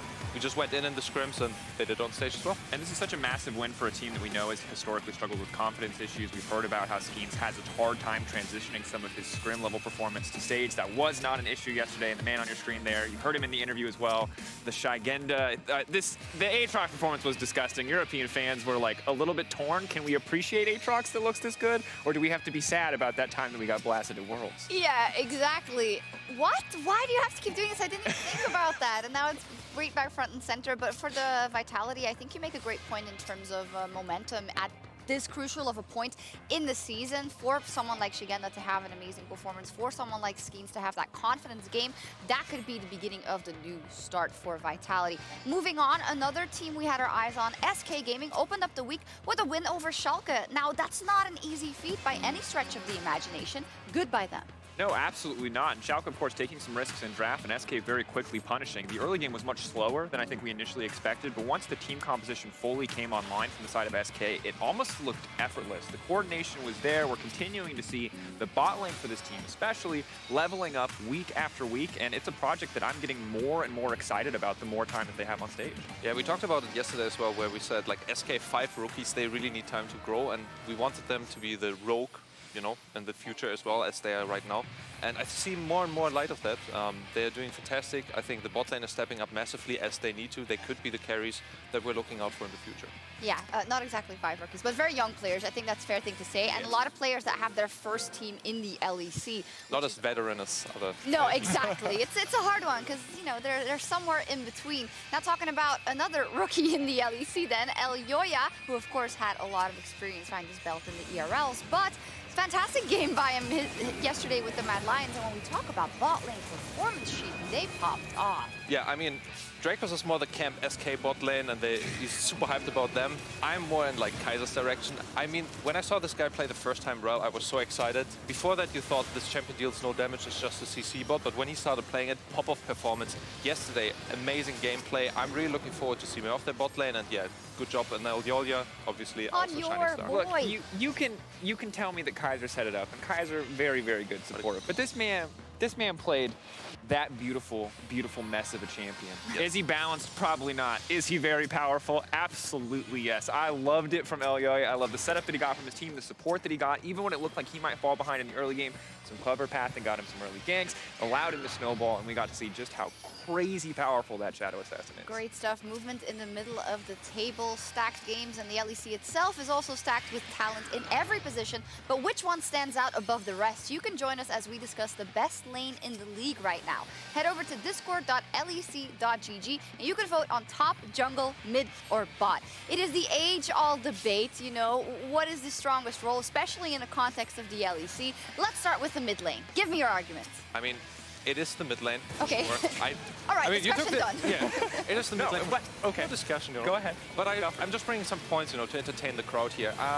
Since 2017, this is the first time that mid laners are actually dealing the most damage in the team. I don't think that's only because of the meta change, because we had metas where there were carry champions in the mid lane as well. I think it's just our mid laners are so goddamn good. They're dealing so much damage. They're just taking most of the gold as well. And I think, yeah, I mean, if we're looking to a start position. It's just mid lane all Yeah, around. but is it the chicken or the egg? Is it, you know, the champions that are played? Is it the meta or is it the players? Because that's what we're talking about. Are our players stacked in the mid lane? And you know what?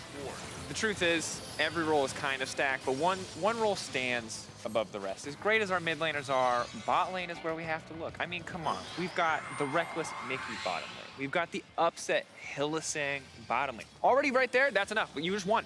Oh, should we go to the other ones? We've got Hansama and Trimby looking good. Look at Treats. I'm getting Treats. a call. He went to NA. Caps He came would like back to work with stronger. you. I don't care But about Niski? Caps. I don't care. He's getting roams from Stop, Mickey Dagger. every game. Look at you praised Kaiser earlier. Now Sheepy, I'm double a huge down. Kaiser Put your fan. money where your mouth is. Kaiser and these bot lanes, they are the king of the LEC right now. And yes, I may have rigged the vote a little bit by being able to put two roles together Yes, I was into a gonna single say. category. But the performances are immaculate. Even Jessica, on one of the teams that is struggling the most in the league right now, played so clean in this matchup versus G2 on the Xayah. I mean, I have to agree there on a point. Obviously, I'm a huge Kaiser fan, so yeah, our bot lanes are really strong. But is it the items perhaps? Is it the meta? Because Gale Force sitting at like, I think, comfortable 55, 60% Oh my God. win rate, right? Where are the mid lane champion items? Sheepy, they heard you were talking shit, by the way. Oh, I mean, bot lanes. Have a katana? My God. But yeah, I think I can find an argument in both. The mid laners are stacked, as you can see. Two examples of great bot lanes here in the LEC as well. A statistical standout, of course, Reckless, who has been crushing it. We haven't even talked about top and jungle. What does that say? Are they not stacked at all, analysts? They are really great. They're really I'm great. a huge fan of White People, especially with all his solo Got kills. solo killed yesterday? Yeah, Alright. he got also solo kill. I think he's He just giveth like and he taketh away. exactly. He's the giveth and the taketh of I solo wanted to suggest if in the statistics, when someone has the solo kills, whenever he gets solo killed, it gets detracted. Yes. So that in the So end, that we just have to score the Yes. post At score. some Is it a point, negative? people are Post just at score, -4 or exactly. something like this. might be a good idea. However, it seems that the people sided with Dracos bot lane, most stacked role in the LEC according to Discord, 800 votes. Jungle in second Rigged. with 200. Absolutely so rigged. The EU mids, it's dead. Wait, okay, wait. Jungle at All right. 200. Wait, oh no, that's probably the EU mids are probably in the middle. No? Wait, no, I mean, if that's second 800 place, people, that's 800% crazy. shots. 800 people. Excuse me, What can you is repeat, this? Kevin? 80. 80 mids. 80? Wow! Okay, I have to say. Okay, guys, I'm- Caps alone should get them second or third place at most. 80? This all is of them crazy. humanoid is really insane. Abedarga last year, especially. I mean, he Yeah, now I feel like I have to on go his away back. from bot lane just because Yeah. this is such an offense It's okay. to mid lane. We just side with the crowd. It's yes, fine. the bot lane. Yes, It's fine. we You knew it all ruined along. it. So, as said, we've already seen some standout performances because we're over halfway through the regular season already, and the LEC has already delivered some unforgettable moments. Let's take a look back.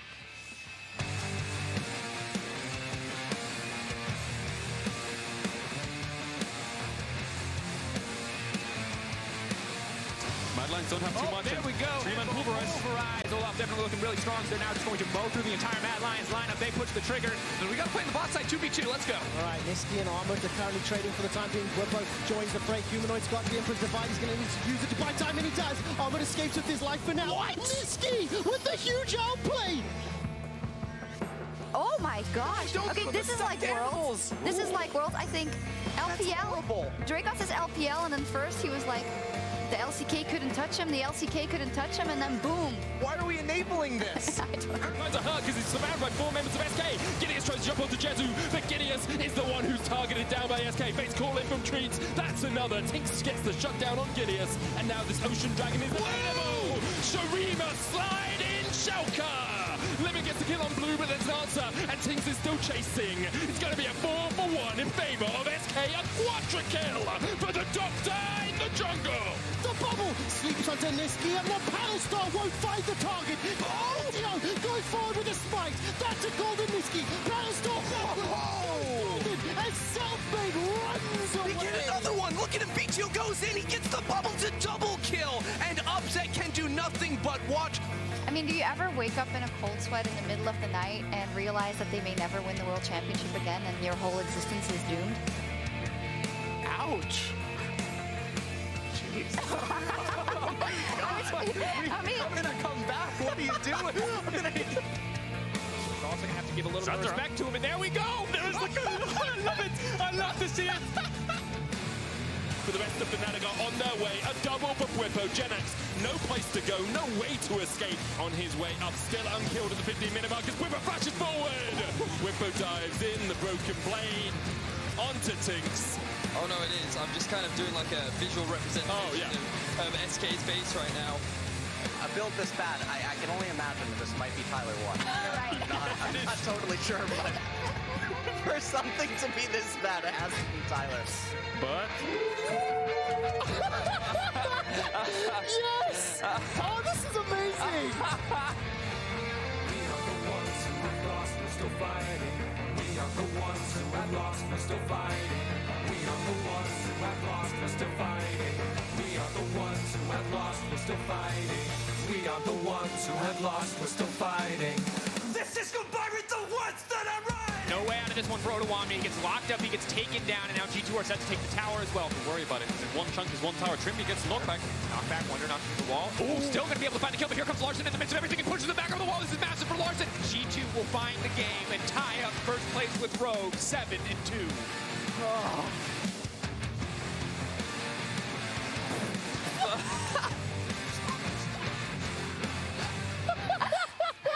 Oh my god, I love it. Why? The Trevor duck on the Why does he think that was the call? Like, people see that you're there at that point. Like, walk away. Like, it's not like we have object permanence, you know? We're all above the age of 3. He didn't just disappear because we can't see him Oh, anymore. yeah, it's so good.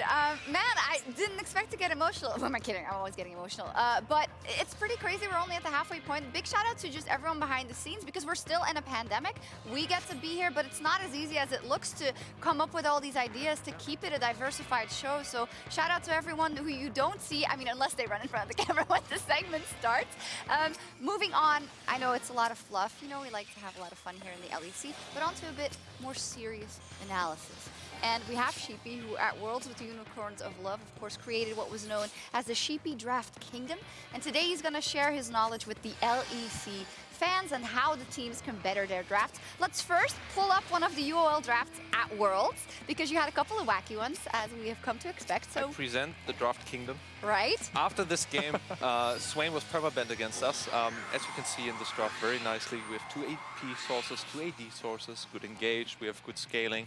I remember this game very clearly. We first pick Renekton, and then afterwards we go Harikar, Orianna, strong combo together, and then they blind pick Jhin, we go the Swain, and the rest is history, we destroy them. Easy game. So yeah, this was like his test if he was allowed to talk about drafting. Yeah, if you like this, stick on. Watch the LCL, yeah, Unicorns of Love. True. But also, I think the thing that Sheepy, that you've always done really well, and I think has also been a strength of the LCL as a region, is really highlighting some of these player comfort picks, being willing to still play meta, but also branch out when it's appropriate to find the counter picks. And I think it gave you an edge here in the EU LCS, back when Unicorns of Love were playing here, and it's clearly also giving you an edge in the LCL, and it's something that, frankly, I think we could do more of in the LEC, finding these niche comfort picks to counter meta options. Yeah, I think you put that greatly. That's exactly what Sheepy offers. So Sheepy, what you're going to do is tell us what is the team's identity, and thus what should they pick, starting with G2. Yeah, I like G2 a lot because it's really interesting how they are structuring their drafts. I think it's very clear-cut what they can do very well and what they don't like to do. And what they can do very well is fighting. They're fighting all the time. I think in their win, we can see that they just have champions that allow them to play make, and I think this is really the identity that they should be going for. Deny enemy anything that can disengage, like the Thresh of Helios, like anything Azir where the enemy can run away. This is where they're going to win. I want to especially show the Vitality draft because I think this one really highlights how you can basically structure a draft so it's towards your strength. They have the Quinn into the Renekton, they have a counter pick there. They have the better and more aggressive jungler. They have mid lane power. We remember that Ryze just went bot lane ultimated. So awesome job there. So for G2, all I want to see is deny all of those picks that are annoying to fight against and get priority lanes, start fighting more aggressively. And really leveraging the strength of their solo laners is something we can just continue to expect to see from G2. But I think it's one of the things where G2 are clearly in the mind that if we just draft winning lanes and have some pieces, it doesn't need to be the Wombo combo Orianna Jarvan every game. We can win out on individual advantages and find the right fights. And frankly, part of the reason that they're so good is because they can do that. Absolutely. A vastly different team is Excel. You know, they approach the game in a different way. What can you say about their draft? Yeah, and they're still racking up wins. And I think it's very clearly where their style is lying, and it's more towards very strong mid-game, very structured team fights, grouping together. I don't think they have the individual talent or experience to really challenge the other teams that are so good at that. And so if we're checking out their wins, especially against, for example, Vitality, Yes, stands for Vitality. Yes, against Vitality, I think really strong game. We're remembering Kryze on Shogath, extremely strong performance. And in their losses, you can see, I mean, it's literally, I've been asking me that the entire day, why the hell would you ever pick Kalista Jarvan, last rotation, into Alistar Kai'Sa. It makes zero sense. I think the game was really sloppy, so I really want them to... Why does it make zero sense for our plebs? Because Alistar is like known as the counter against Kalista. Like to everybody, you just combo in, there's no play. You cannot engage. How do you start the Jarvan ultimate onto the Kai'Sa? She's not immobile, she has an ultimate. I mean, there's an Alistar frontline. They didn't show anything. It's not like they're known for that. So yeah, I think this was like kind of a bad, bad draft, really bad draft. But I think if they're drafting like that, we've seen that they're super consistent, that they exactly know how to play it. And yeah, if EXA is going to win, I think we need more drafts where it's for mid-game team fighting. Yeah. And I think issues with the bot lane aside, that Sheepy pointed out, this is also just a massive shift away stylistically from what Excel have been very successful on. You highlighted it at the start. Again, scaling compositions have worked so well for them. They have one of the worst early games in the league statistically.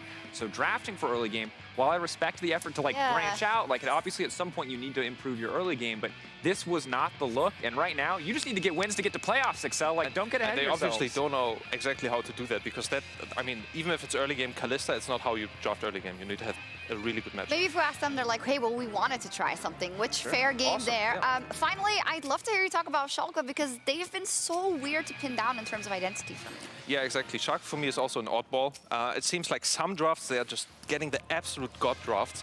For example, in their win against Rogue, against G2 when they were winning, it was just so beautiful. They play around their bot lane, they have really good CC setup, they have so much playmaking. They have every champion who can actually do something, or is really difficult to deal with. Like, how do you play against an Udyr, a TF that can ultimate on side lane?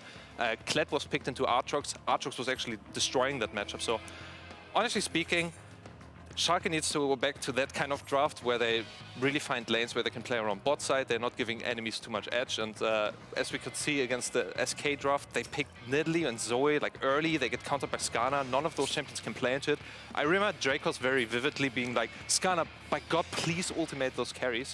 Then they did, and it was just the easiest game in the world. So yeah, careful for being counterpicked and just pick something safe, and they're such a good team. And I think the sad trend that we're starting to see is that I wouldn't have minded this kind of experimentation again at the start of the split, but it's like teams have found winning identities. For both Schalke and Excel, they found formulas for success.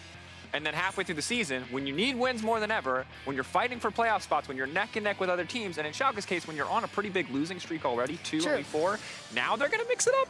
It doesn't add up. There's a place and a time, do it in scrims, but when you go on stage, that didn't seem prepared. Hey, you got it from the sheep's mouth himself, from the draft god. Don't do it on stage when we're week 5. Schalke, as said, on a bit of a losing streak, but they have shocked G2 many times before, and today they look to do it again in their match of the week.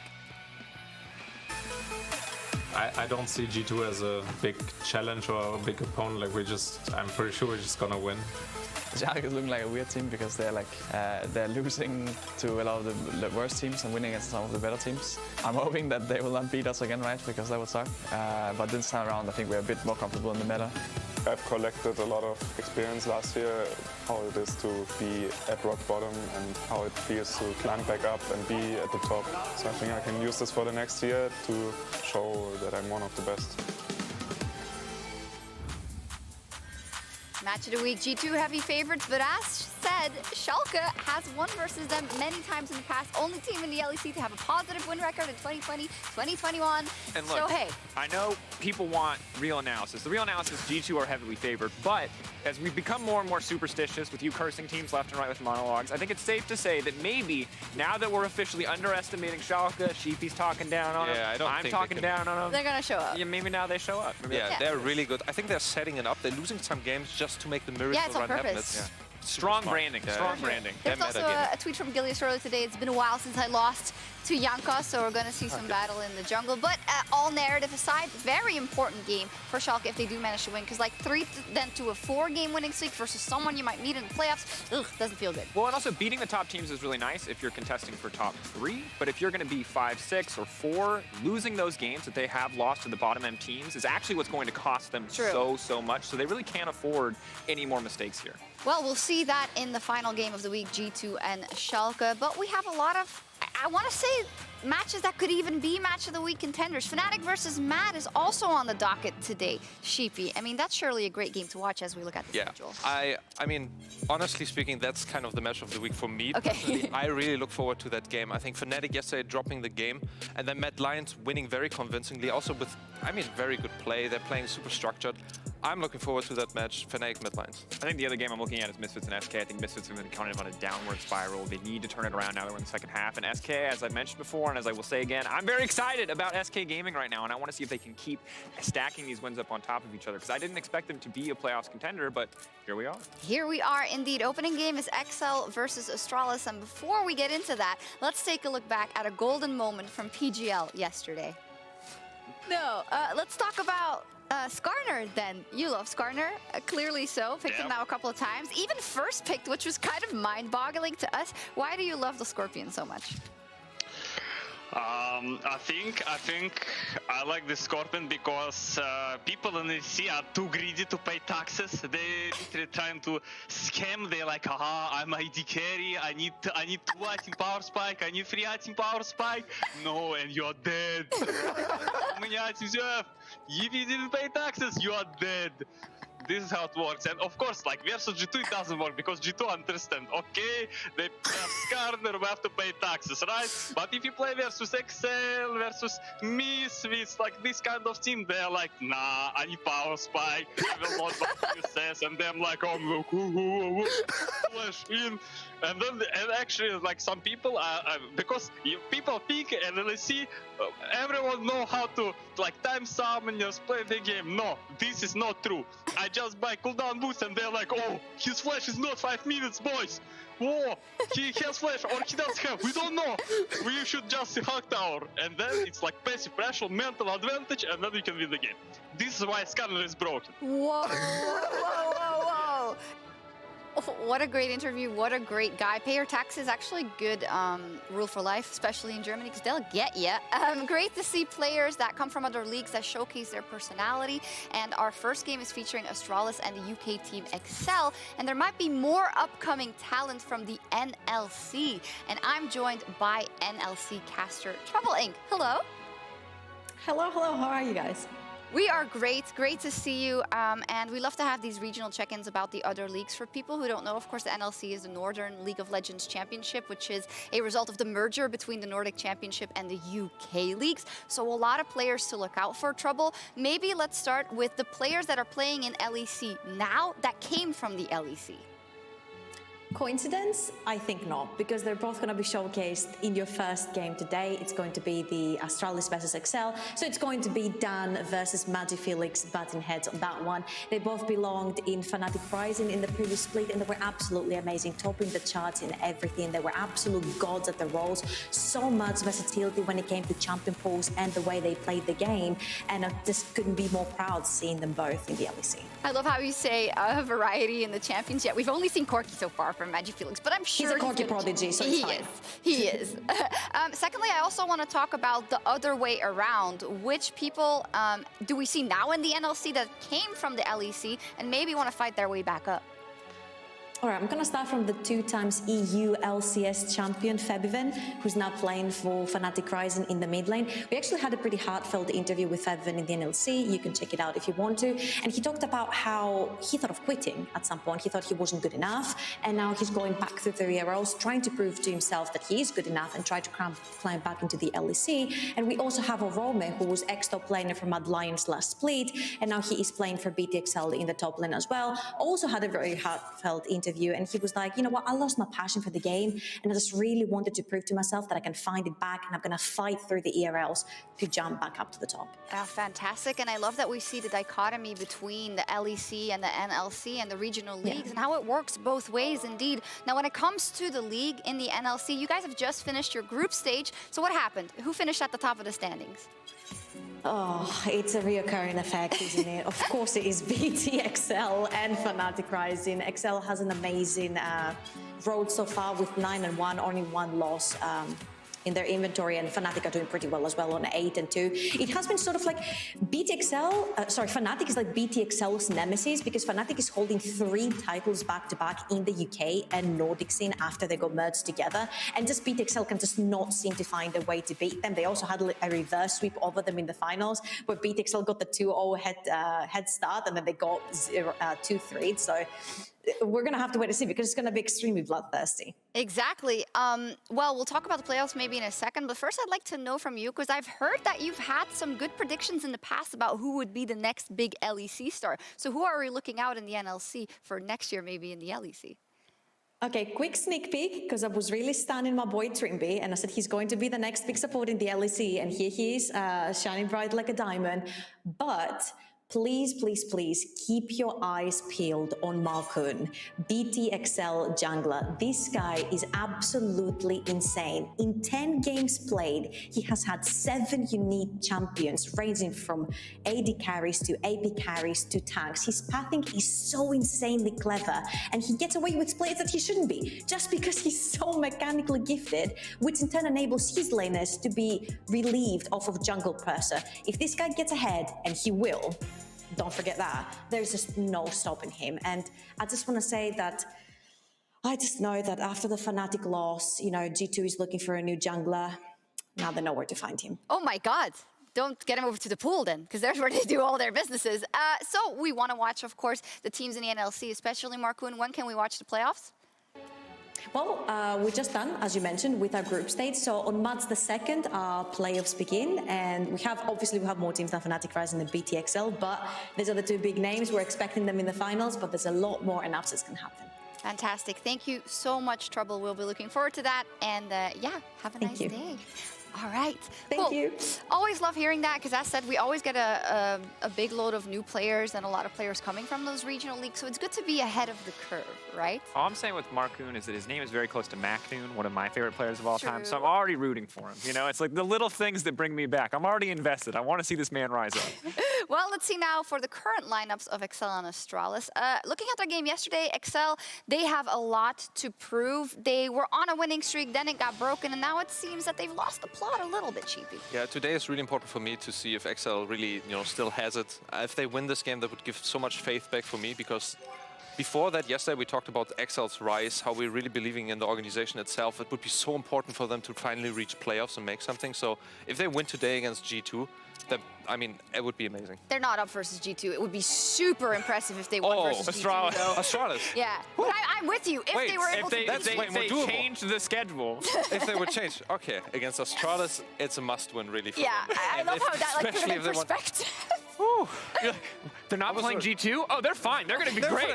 Excel, let's go. No, but after yesterday's draft, like, I just hope that they don't do that again. I just hope that they're playing for the mid game, for the stuff that they can really do, and just don't try to 50-50, burger flip it in the early game. Don't do it. Yeah, don't do it. Just please play for the mid game. Take the safe lanes and play around your greater, team cohesion. Yeah, and I think right now that the XL players are probably taking that loss pretty hard. Tori had a very rough game, so I won't try to compound on that or make it any more difficult than it is. I'm hoping that this is a day where they can reset, get back to the basics, get back to what has been winning them games before, because you can't really afford to lose to Astralis, and Astralis are a team that, after their game yesterday, are starting to look like a threat. Like, this is not a team you can afford to sleep on anymore. I agree. I mean, we had the Zanzara highlight in the interviews, but it was also a highlight in the game. They really pushed G2. Yeah, and I mean, they're not sounding like a team that feels in any way like, sad about all the losses. I mean, Zanzara seems as lively as ever, and I mean, they have so many chances to win this, and especially this one is so unbelievably heartbreaking. Yeah, and this is an example where if they were a little bit cleaner, if they were a little bit more calm and composed in this team fight, then they definitely could have come out on top. You can see G2 playing this one very well. Yeah, I mean, I feel I can just quote my favorite streamer here with Skara. Like, they were winning until the point that they lost. Perfect. It works every time. Fantastic stuff. So this week is where the race for playoffs kicks off for real this time. And Excel versus Astralis is a game that can make or break the season for both teams. Thank you very much, Shocks. I'm Medic. I'm joined by Ender for the first 2 games of the day. And before we get on into this game, I just want to say, our producer just insulted my armor in Valheim, and I'm having none of this. Yeah, he was like, where's your silver armor? I was like, mate, come on. I'm I'm carrying Ender. I'm carrying Vedius. We built a nice stone fortress today. Your moat is beautiful, by the way. Great job. Great job on the moat. I built a moat and a tower. And that's my contribution to society. With everyone else's wood. It was great. League of Legends. Yeah, let's do that. Excel versus Astralis. As they said on the desk, as Sheepy said, you know, if Excel could get a win versus G2 here, it would be monumental. That would but be they're crazy. playing Astralis instead. Yeah, honestly, it would be very surprising if they had the shot to go against G2, but this match against Astralis is a fun one. Yep. Chocolod versus Zanzara. That's the matchup everyone's got to be hyped for. We'll see if the Skarna gets banned, if the Corki gets banned, because we are just seconds away from jumping into draft for Game 1. Let's go!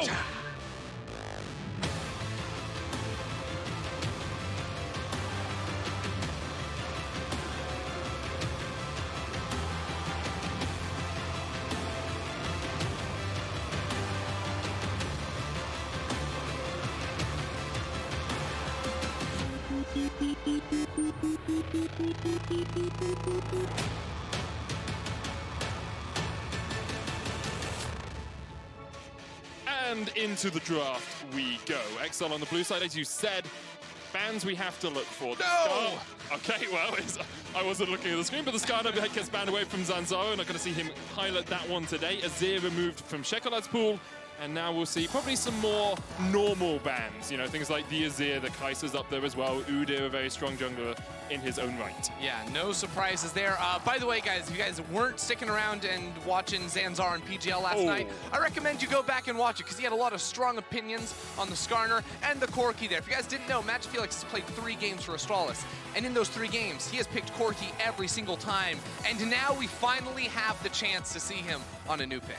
I mean, he is an incredibly good player. Like, he has risen into the top 10 in solo queue on 5 different roles. So you know that this guy has a champion pool bigger than just the Corki. We just haven't seen him have to utilize it as of yet.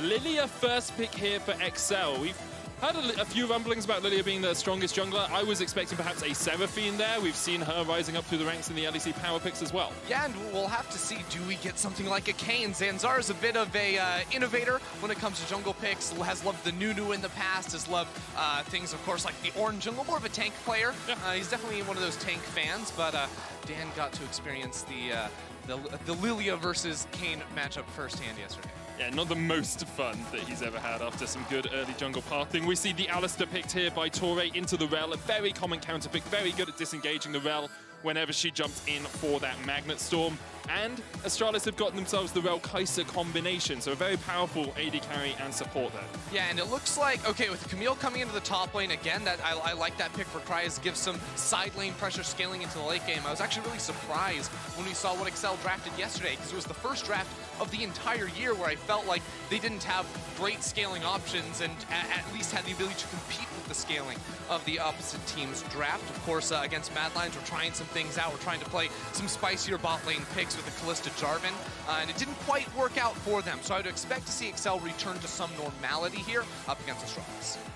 And Excel currently sitting very standard in the middle of the table, 5-5 across all of their games so far. Astralis, although they had a great performance versus G2 yesterday, weren't able to get the win, and really, they need to win out the rest of their games to have a chance at playoffs. Usually we're looking at 7 to 9 wins as a playoff contention. They're only sitting at 2 with 7 games left to play. Yeah, and Excel is one of those borderline teams that Astralis would need to knock out of the playoff race if they wanted to make a legitimate case for themselves to be in there. So seems like Astralis have seen Excel scaling, matched it, raised it a little bit. They've got the Hecarim involved, of course, now Magic Felix. Again, I would not be surprised to see him playing something in the vein of a Corki. Maybe it could be an Azir for him, perhaps. One of the scaling picks. The Azir's banned, of course, like you mentioned. Maybe an Orianna here with the Hecarim could be a solid combination. That's what I'm thinking. Orianna is a very good combo alongside the Hecarim, also alongside the Rel. The ability to get that Shockwave Magnet Storm combination is too darn powerful. Astralis have picked here. You can look towards a safe mid laner, but of course you are playing into Shekolad, who can try and punish you in the mid lane if you pick that here. You could also just go super safe top and try and get yourself a tank like an Ornn in that top lane if you so desire. Yeah, I think you take top lane here, seeing the Camille on the other side. White Knight feels like a type of player that might want to take something a little more aggressive into the Camille. Maybe it would be, you know, something like a Jax, perhaps. A Shen, I like this a lot too. This is a champion that can beat Camille in the 1v1, but of course has a ton to contribute into the team fights here. Pairing up with that Hecarim gives you just insanely long durations of CC. If Hecarim gets onto the backline, if he's able to find off a Patrick who is now going to to be going on to Samira, and I don't think he's actually played Samira at all this year. He has not. This is going to be a challenge to try and dive away from the Hecarim in these team fights. Interesting that he hasn't played Samira at all, but it is Jeskala's most played so far in the LEC. So expectation is that Astralis know their way around this champion. Of course, all bot lanes should know the way around all bot lane champions, but when you have that much experience with it on a professional stage, you're more likely to know the intricacies of the matchup. Oh, and I really like taking the Orianna here. Of course, it's just a safe, blind, pickable mid lane or two, but I think that Astralis are really eyeing that pick to come in 5th here for them. Of course, Orianna plus All-Star plus a Samira. You start to see some of the ways the team fights may work here for Excel. And Magifelix, on the other hand, gets to have some experience dominating the lane, having some early priority, because on the Corki pick, he AFKs for 20 minutes, he farms, and then he shows up killing people in side lanes. Now let's see what he has in the 1v1 early.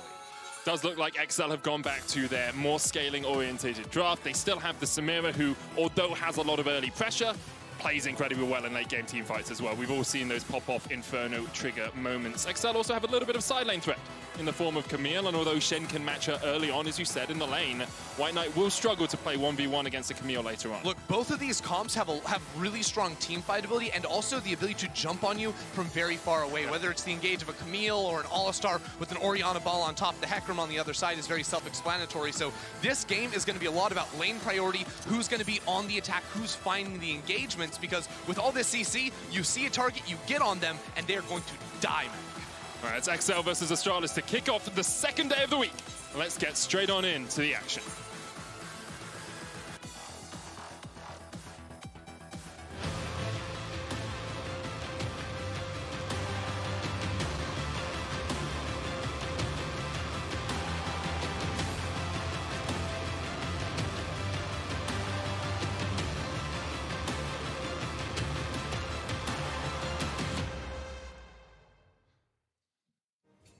Thank you very much, Kevin, for all of that information you just gave me into my ears.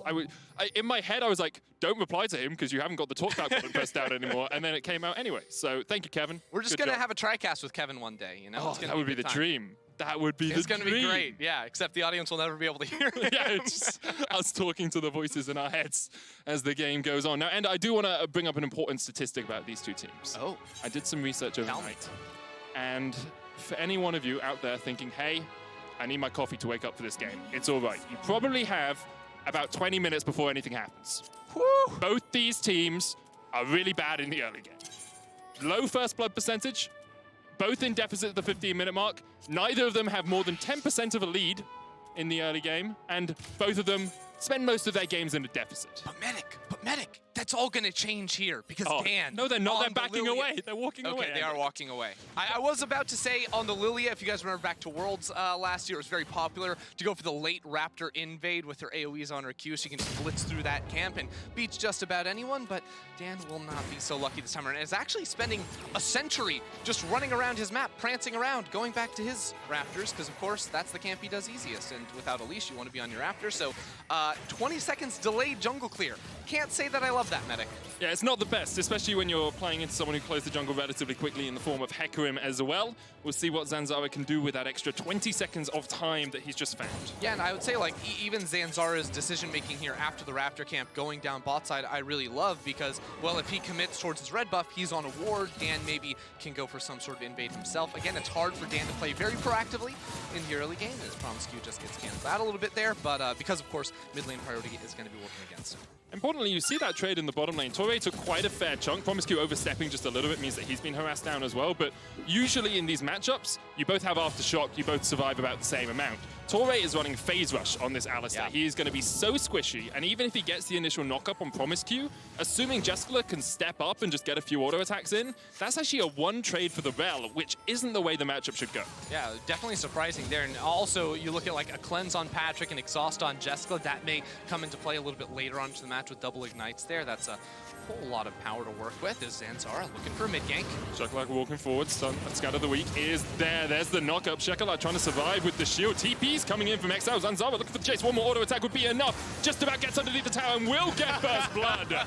That one was personal. Life. It was very personal as Kryze comes in for a little bit of a tactical sweep away of that kill. 2 kills to Excel. Zanzara and Shekelak, of course, going back to some time on a Go Rogue together. Yep. Zanzara calling Shekelak Choco Lad, so a little bit of camaraderie there, but he wanted first blood against his former teammate. Just a little bit funny, diving underneath the tower for that one. He got first blood, so I guess you could say all worth. Maybe losing Felix in the process was less than ideal, but mental edge gained by Astralis. Importantly as well, Chocolate did burn his flash in that fight. So if we see Zanzara coming back towards the mid lane, they can catch that Orianna out just a little bit. Kryze had to burn his TP, whereas White Knight has both TP and the Stand United on the way, as he's already at level 4, building up towards that ultimate at level 6.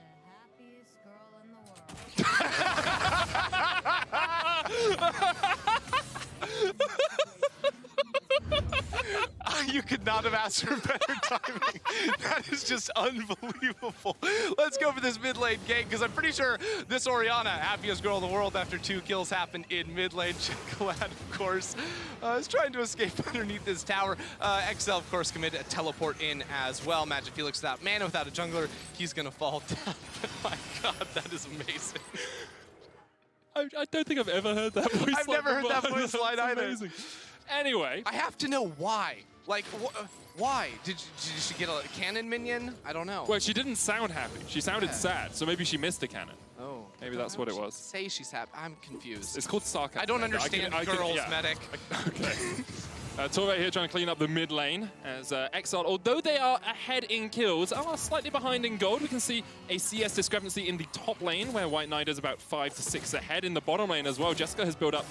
This is going to be about an 8 CS lead as this wave is cleared away. So slight leads for Astralis just when it comes to outright laning. Zanzara is looking towards mid, knowing that Chocolate doesn't have the flash from earlier, but with the Scatter the Weak dodge to the side, Magic Felix unable to find a connection that Zanzara can follow up on. Zanzara still sitting around here. Of course, went for the early Lucidity boot, so trying to spam out that ghost as quickly as he can, but has fallen behind in EXP as well. He's 1 camp away from ticking up towards level 5, but now even wanting to commit over to the Cloud Drake. He has his AD carry coming around, of course, so I think he's going to be okay in that department, but quite some time spent not farming his jungle camps. And this is a match where I feel like Heckrams usually are trying to blitz towards level 6, and then once they get that ultimate, they just unlock huge kill threat pretty much no matter where they go. And now Dan has some free time to look for a gank top. Thanks, Ultimatum coming down. White Knight's going to try and get away. Don't know if he has the taunt. There it is. Slides and glides his way back towards the turret. And that's an ultimate used for basically nothing. Like, White Knight isn't even low enough that he has to back away. Yeah, at the same time, right, like Dan's going to get the Krug, so I think that at the end of the day, not much lost there for Excel other than that ultimate cooldown on Kryze, and Dan would have loved to try and see if he could get a flash or something like that, but the Krugs are a worthy prize. If you guys play jungle, you know they mean so much. Maybe not so much on the next patch. Yeah, not so much on 11. For now, they're good. Torre's going in. There's the Stand United immediately, and Jessica's going to try and turn this one around. Torre exhausted straight away. White Knight with the taunt. Torre can flash nowhere. Patrick tries to trade back as Chocolate TP's in. The shockwave flashed away from Promiscu. White Knight is caught up there by Patrick, and the chase is on. Patrick not yet level 6, but he will pull the trigger and help Chocolate get the kill in the bottom lane. Yeah, really interesting there, and Magic Felix still looking to make a play down here. Zanzar on the way as well, level 6 on the Syndra. Patrick has flash and cleanse here. We'll use the flash to get away from the Force of Will. Okay. So right there, that was a really interesting play, because of course if you look at top lane, it's a TP and ultimate advantage for White Knight. Mid lane, the opposite could be said, right? Chocolate was able to come around towards bot, and honestly, a good flash there from Promiscu meant that it wasn't a 2-for-1 for Excel again. You can see it was a very early commitment with that Shen ultimate. Big minion wave that realistically Astralis couldn't fight into under normal circumstances, and surprising to see the exhaust go down on Tora. I feel like that almost has to be a mistake there. The All-Star isn't really doing much damage to you at all earlier into the game, and may have had some use here against Patrick or Chocolate. My only thought is maybe it's the movement speed reduction for Phase Rush. Yeah, but the Phase Rush gives you like slow resistance too. That's so true. That's true. It's a little bit of an odd one there. Maybe Jessica just popping that one a little bit early. Zanzar has his ultimate coming in towards Choco Lad. Chocolate's going to try and get away with the blast cone. Onslaught of Shadows is enough to knock him under the tower. Magic Felix takes a couple of chops. Will have to flash away, but it's another kill on the board for Astralis. 3-3 on the scoreline with gold basically even here, Ender. Yeah, and I just really like this movement, right? Coming off of the reset, Promiscu is sprinting up topside to be there next to Zanzara. Knowing that Excel still focused around that bottom lane, and Zanzara putting a target on that Orianna's back. Now Promiscue playing safely around mid, will just spot Torre coming through here, but Excel feel like they're pressured to almost run towards the Rift Herald now. They know Jessica's going to be picking up a big wave in the bottom side, so they say, Patrick, come up towards mid, you take this wave. Winchecklad is trying to go for a reset. He pushes that in. Dan's now going to go onto the Herald before returning back towards the bottom lane. So I like this as a response here from Excel because they didn't really have much to lose off the map. There's no camps for Dan to be farming. There were no waves for Patrick to be picking up in the bot side of the map. So they should be able to come away pretty well in gold overall. Imagine Felix working his way across here, but won't be able to do too much about the fact that Dan has that Rift Herald. As you say, pushing mid, pushing top makes it very hard for Astralis to actually contest this, and Dan will secure it for Excel, I believe. There we go. Yeah, he did pick it up. Okay. All right. I just didn't see the Rift Herald as being slain text. All right, Medic, so you were showing me those stats earlier. Oh, you want more stats? Yeah, no, well, I was just going to say, like, we've got 6 kills in 9 minutes. Is that a departure from we can have another look at the stats if you want. Okay, show it to me. So nothing on here is about kills. It's about gold deficit, which we will have a departure from. Someone at 15 minutes in this game will be ahead in gold.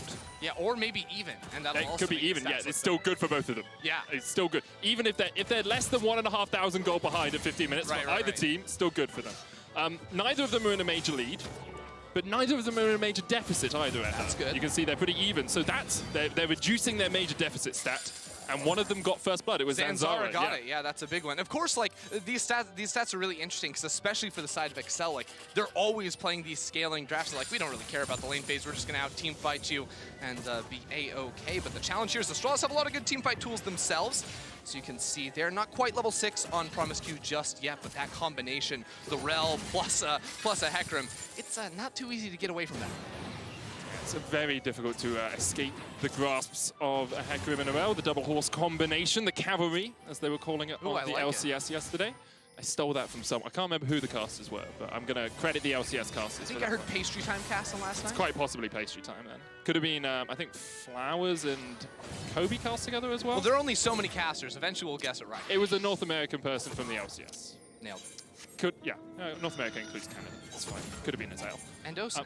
And Osa, true. We'll see. We'll see what Excel can do with this Dan just waiting around the corner. He's got the Rift Herald if he wants to try and get a little bit of aggression on. Maybe look for that first tower. Torre's going to clear out this control ward. Dan is spotted on it, so Astralis can just back away. Yeah, and Zanzara really doesn't want to be coming towards the bot side because his red buff is up, his Raptors are too, but he's saying, okay guys, we're playing for the team. We have the Shen ultimate. We're ready to get into a fight here. The difference is Kryze will be back to base. He pushed in that wave, so maybe we see a first item completed here by the Camille, whereas White Knight's going to be stranded in top lane. They still have to react to this Herald. Divine Sunderer has come through for the Camille. Importantly, of course, although White Knight is stranded in the top lane, he does have the Stand United. Can join up with his team. 3 plates down in the mid lane. Gold going across to Shekelad. And as we have a little bit of a lull, Endo, I just want to remind people about how important this game is for both teams. Of course, Excel sitting in 5th place, tied with Schalke and SK, looking to make their first playoffs in LEC history in the spring 2021. And as I said at the beginning of the game, usually you're looking at 7, 8, or 9 wins to make it into playoffs. One team, I believe, has made it with 6, but with 7 games left to play, Excel really just have to not fall at the final hurdle to get a spot in playoffs. Yeah, you know, it's interesting because Excel for the last 2 years haven't quite been able to figure out that playoffs formula, but coming into this year, I mean, you just look from the way you play, Excel have found it. They just don't need Kadril. Wow. Bit of a jungle diff between 2020 XL and 2021 XL. That's now, he's not even here yet. Yeah. He's on the show later. That's mean. That's mean. He's building our village. He's gonna tear it all down. But yes, for the moment, XL looking very much set to make it to playoffs. Of course, that can be upset over the next 3 weeks of gameplay. Astralis, one of the teams looking to do that. We are getting the first completed items here, and Dan has the Moonstone. Patrick has the Immortal Shield Bow on this Samira. A lot of healing. A lot of healing come through there. Maybe we need to consider some healing reduction over on the side of Astralis. You'll note Astralis too with both of the early dragons. Big deal, moving towards the Infernal Soul later on into the map. With a minute left on plates, it just looks like it's going to be bot lane swapping around here, looking for as many plates on their respective carries as possible. I actually want to check in on the gold. Yeah, dead even between Patrick and Jessica for the time being. And Kryze goes for some damage, but again, this is a little 1v3, so I don't know how hard Cries wants to go. Shekelad's on his way. There's the Stand United. Shockwave comes out, pulls them back. Onslaught of Shadows, not quite enough as Zanzava goes down to Shekelad. His former teammate kills him off. Cries has fallen as well as the rest of Astralis are on the chase. Promiscu mounts up on his horse and chucks Shekelad back into White Knight's waiting arms. Promiscu goes to sleep and wakes up again. That was a very odd play, and again, we're seeing more of it here on Magic Felix. No ult on Dan means there's never going to be a kill to come through here, but again, just very odd that Excel are committing into that fight when so much of their team was down towards bot side. Patrick there, of course, and White Knight, after ulting into the top side, I believe teleported back down bot so as not to lose any turret plates. So Astralis come away with a victory out of that play, and I'm left sort of scratching my head because Excel, this is a little not very standard. Usually they're slowing things down, but now this is a good dive opportunity. This is a deep flank. Are you actually going to go for this? That's White Knight. He's a tank. He puts down the Spirit's Refuge if he can. He survives so much. Torre's tanking it up. Magic Felix and Promiscu now on the chase. And Excel are forced away. Only really had to burn the Unbreakable Will there from the Alistair, so not too much lost for Excel. Well, Excel are going to lose a lot of pressure on the map, it seems, because the majority of their team going into that play hadn't actually taken a reset yet, so I'd expect to see them go back to base soon, whereas Astralis had reset and were running back towards the bot side. So they don't need to go back to base, get items. You know, Jessica's finished off the full item. Actually, the Banshee's Rush from Magic Felix, interestingly enough there, against double AP mid-jungle. I like the decision there from Magic Felix. But yeah, as I'm saying, might be key here as Excel lose some pressure on that bottom lane, some deep wards for Promiscu using that pressure.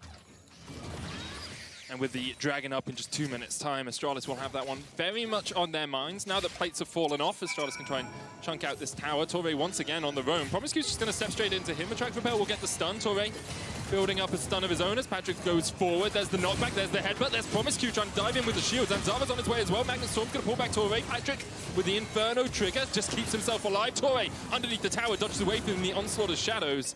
But the rest of Astralis are here. Magic Felix looks for the scatter of the weak, can't land it, but Killer Instinct in from Jesper will be enough to make it rain a double kill. Wait, Checklad's in a 1v4 underneath the tower. He has to try and clear the waves fast because he's going down. He can't clear the wave at all, and the Shockwave connects, but it is from beyond the grave. Meanwhile, in the top lane, Sleep goes down onto White Knight. The chase is on for the rest of Excel as the Hexagolden Maiden finds its mark, and White Knight will be sacrificed, but in exchange, 3 players from Excel went down in the bottom lane.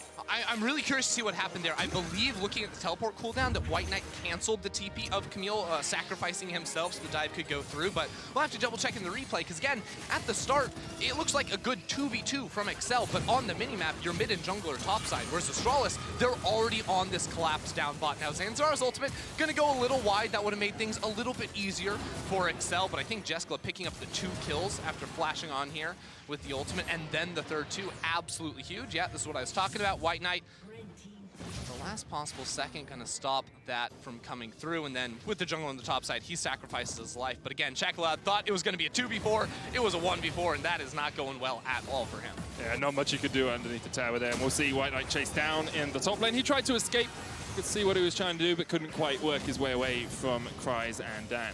Worse. Yeah, 100% worth. And even bigger, Cries doesn't have a TP.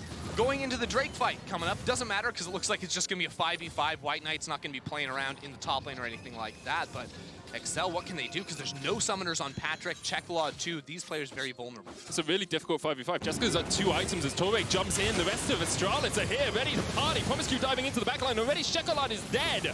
Torre once again oversteps the mark as Excel just cannot find anything in the river. Astralis strike and get 2 kills. Excel are looking uncharacteristically impatient. Again, not all 5 players of Excel are there, and yet they're pulling the trigger. They continue to go in, and then Astralis say, wait a second, we actually just have more people here.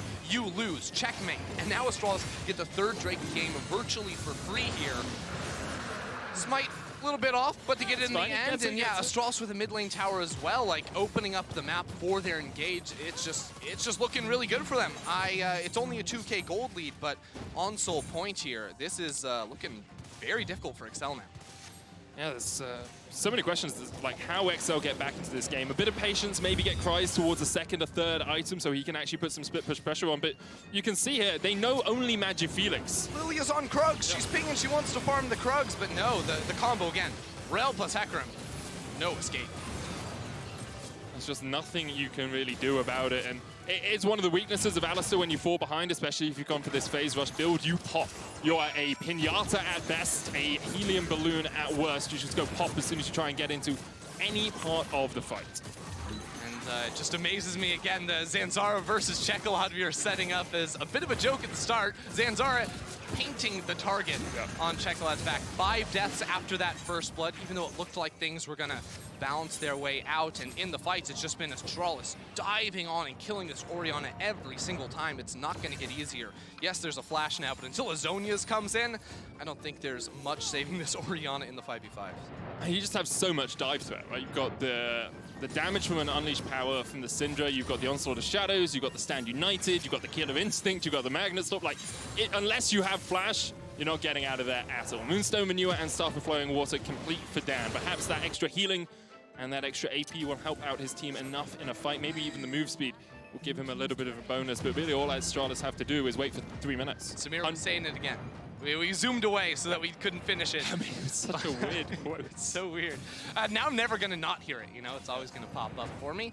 Astralis, though, can easily take full control over the jungle on an Infernal map without Brush to hide in with these walls all taken down. It becomes getting that deeper, that tier 2 vision so much easier now for Astralis. You get vision on every single jungle camp, and that makes it nearly impossible for Dan to farm. Again, a Lilia, no terrain scaling built into the kit, just a flash. Makes it so that if you're committing to a camp like a Gromp or even Wolves and Astralis start sprinting at you, there is next to no escape for a champ like that.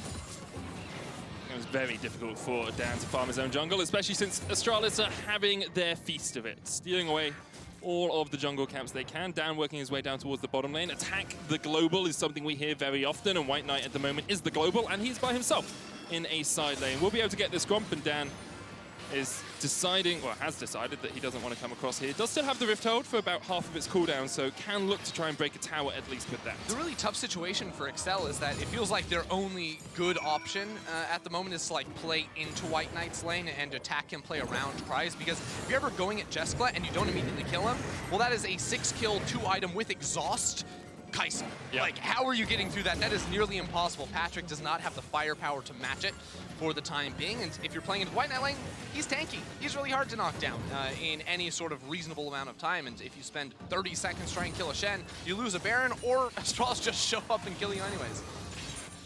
It's just very difficult for Excel to find anything to do, and part of the problem is they took a lot of these early skirmishes that they didn't really need to take because their scaling is relatively good. They lost them, and now they just have no control of the map. Yeah. In the past, when they've fallen behind, they've actually kept some sort of semblance of control. They've been able to keep their vision line pretty far up. Here, they just can't do that. And the interesting thing is, like, gold-wise, it's a relatively close game. You know, 2.5K separating the two teams, but I feel like Astralis' ability to instantly find a team fight and just, like, jump on you and get, like, immediate kills, just burst people down, CC them, locked to death.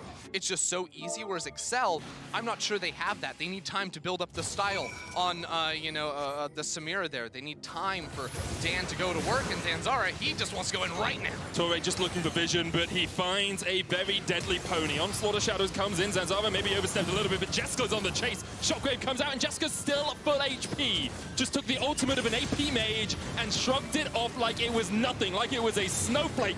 And the chase is on for Astralis. Patrick underneath the tower has to flash away. Torre getting chased down towards the bottom side, knocks Zanzara back, and he will be sacrificed by Astralis as they continue to step forward into the XL jungle.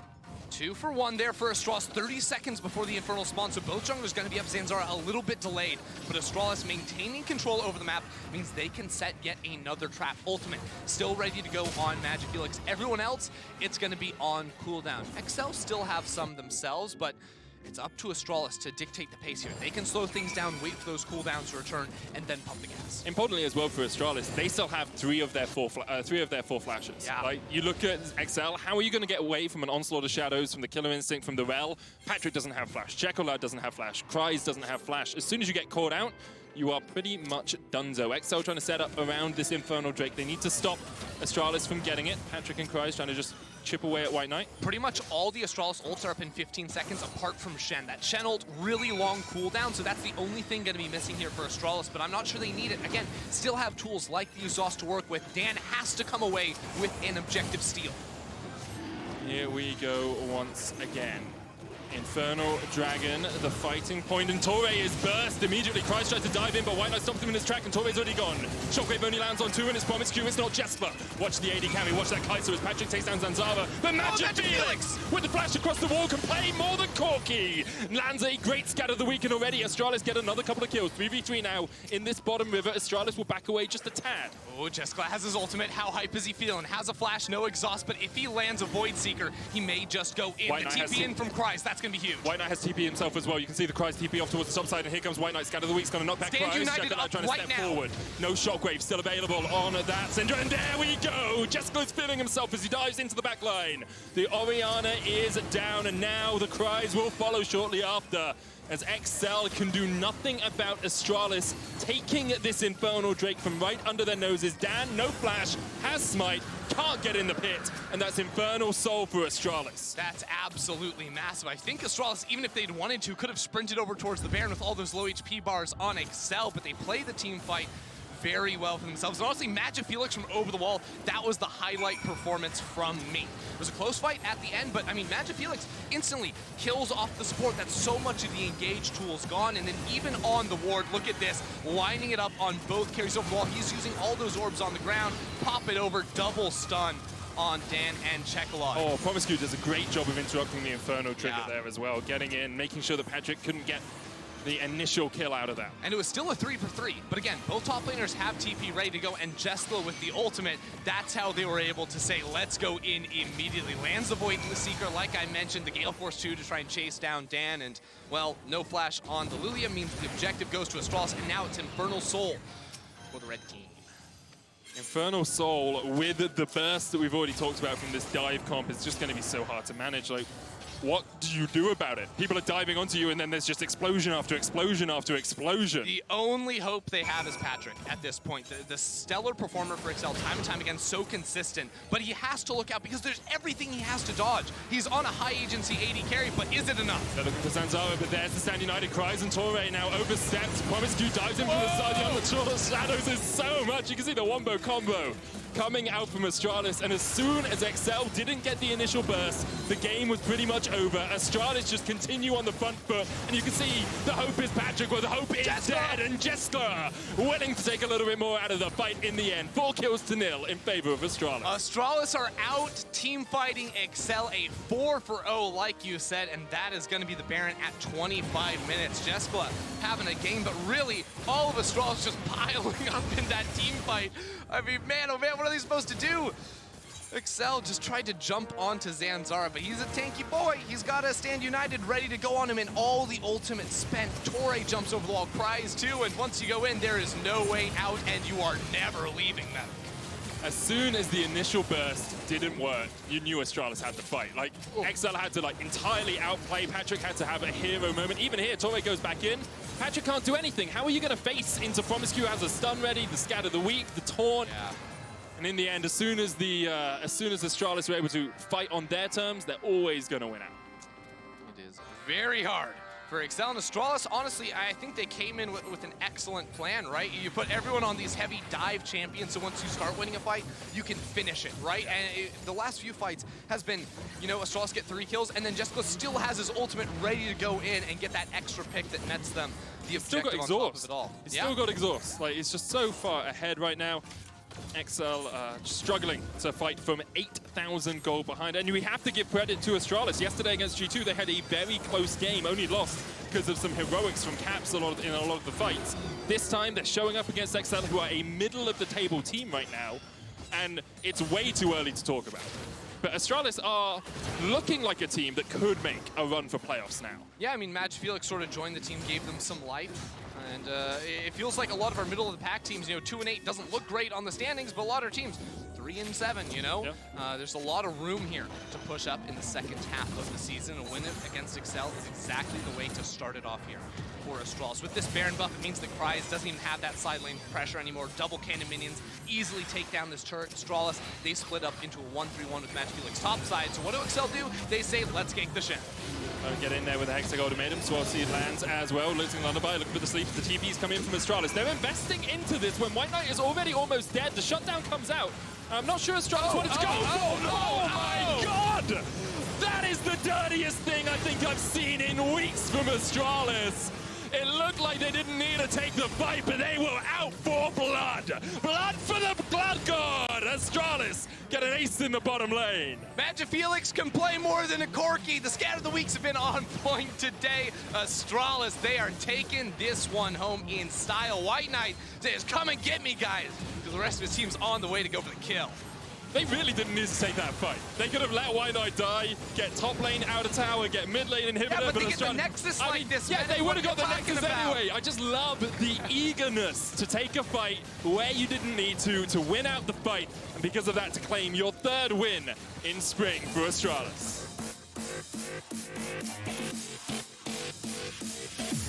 Zenzar in all chat saying chocolate.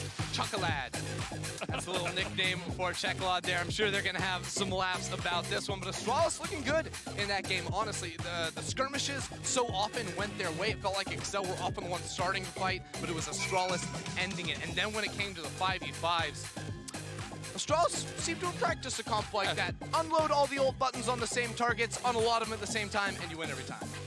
Just a press R comp, and it worked out very well for Astralis. Picking up only their third win so far in the LEC. Of course, they continue to make their way up the standings. Next week, they have Fnatic and Rogue. That's the really telling. If they can get a win out of those two games, I think the Astralis miracle run is alive. I think it is. If they can get Spicy. it. We'll see if they can, though. Key player of the game votes at LEC on Twitter. Promise Q. He's a support, MSI champion. Felix played something other than Corki. And Jeskla, who, we said it, he had a stellar game. I do think a lot of the numbers were inflated by the fact the enemy team tried to get to him, and he just stood away from them and then went back in. Yeah, I'm going to have to go with Oda there. Ah, yes. Or Shocks, if you're a Fnatic fan from yesterday. We'll see which... Oh, sorry. Not allowed to say that. We've got another clash in the race for playoffs up next as Misses and SK Gaming hit the rib for game 2. We'll see you there. Yeah! Yeah! Yeah!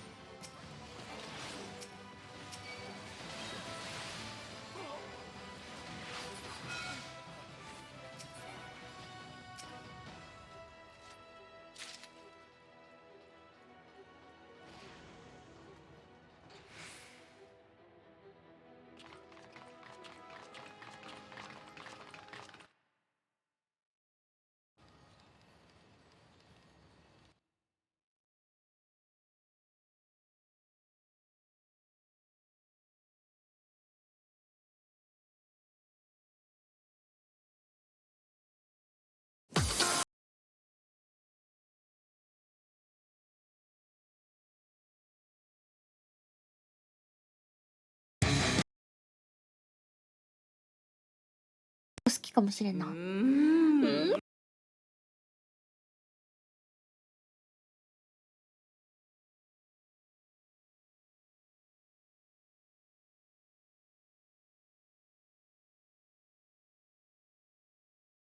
君が私を出してくれたんで感謝するわ。あら、よく見ると私のタイプ。ねえ、坊や。一緒にここで暮らさない。うわー、新しいパターンだ。意外です。ちょっと待ってね。さてと、今度は私からお礼だね。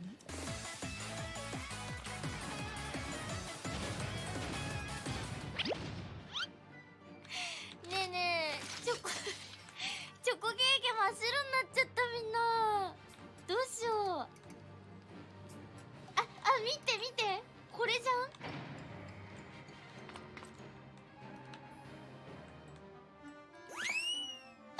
やばい。やばい。ちょっと待って。ね、これお皿じゃないの？やばい、捨てちゃった。今日は可愛いプチマジ先生です。よろしくお願いします。今日も可愛い。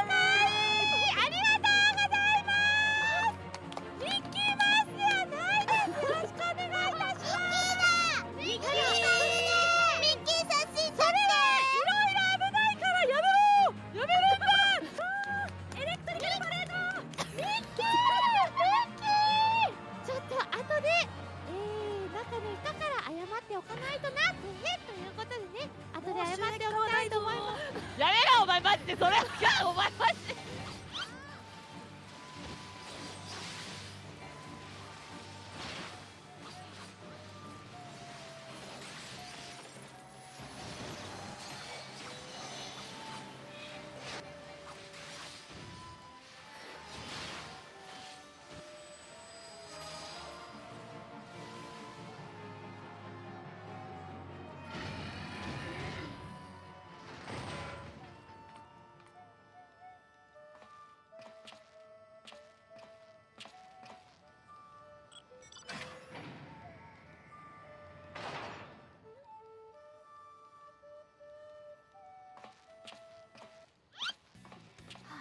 この沼ちょっと心地いい。アシストありがとうございます。アシスト来ちゃう。アシストします。入れてか追加。なんだこれ。ピヨピヨピヨニワトリ。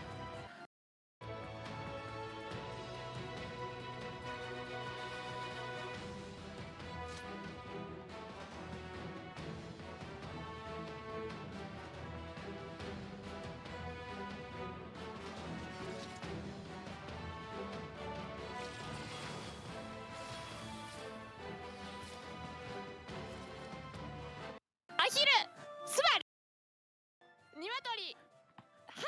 あとはね、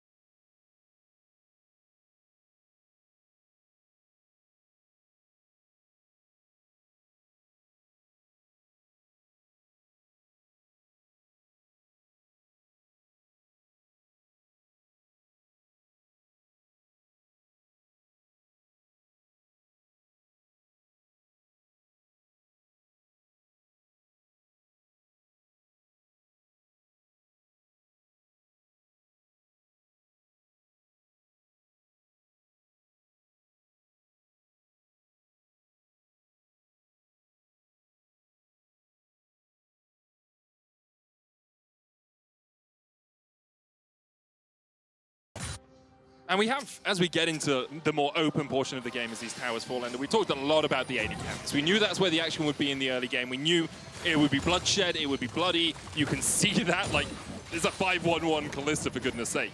But where is the next point of contention for these teams? Like, are we going to see them going for these big fights around Dragon? Do we need to keep our eyes on possible split push from one of these teams? Yeah, well, I think for SK, yes, Dragons are going to be the natural focus for them, but also just working Treats around the map. When Treats is unlocked, that's where they're going to get kills. So it doesn't necessarily have to be for an objective or any large thing like this, but even playing off of the minion wave. There's no turret there for Misfits, so if Kabe steps forward to CS, that is a window where Treats can look to make a play. He then cuts through the enemy team's jungle, puts down all these wards, and again is next to Jezu to see can they get something done in the river. But I don't think they're going to be able to, because Tinks, he's on the bot side. Won't be able to stop this Rift Herald going down. Razork with the second of the game here for Misfits. So eyes on Treats for SK. Misfits seemingly happy just to farm up for themselves right now. Going to get into the mid lane and try and defend the push that is happening from Jezu. Vander and Kobe rotating over from bottom lane.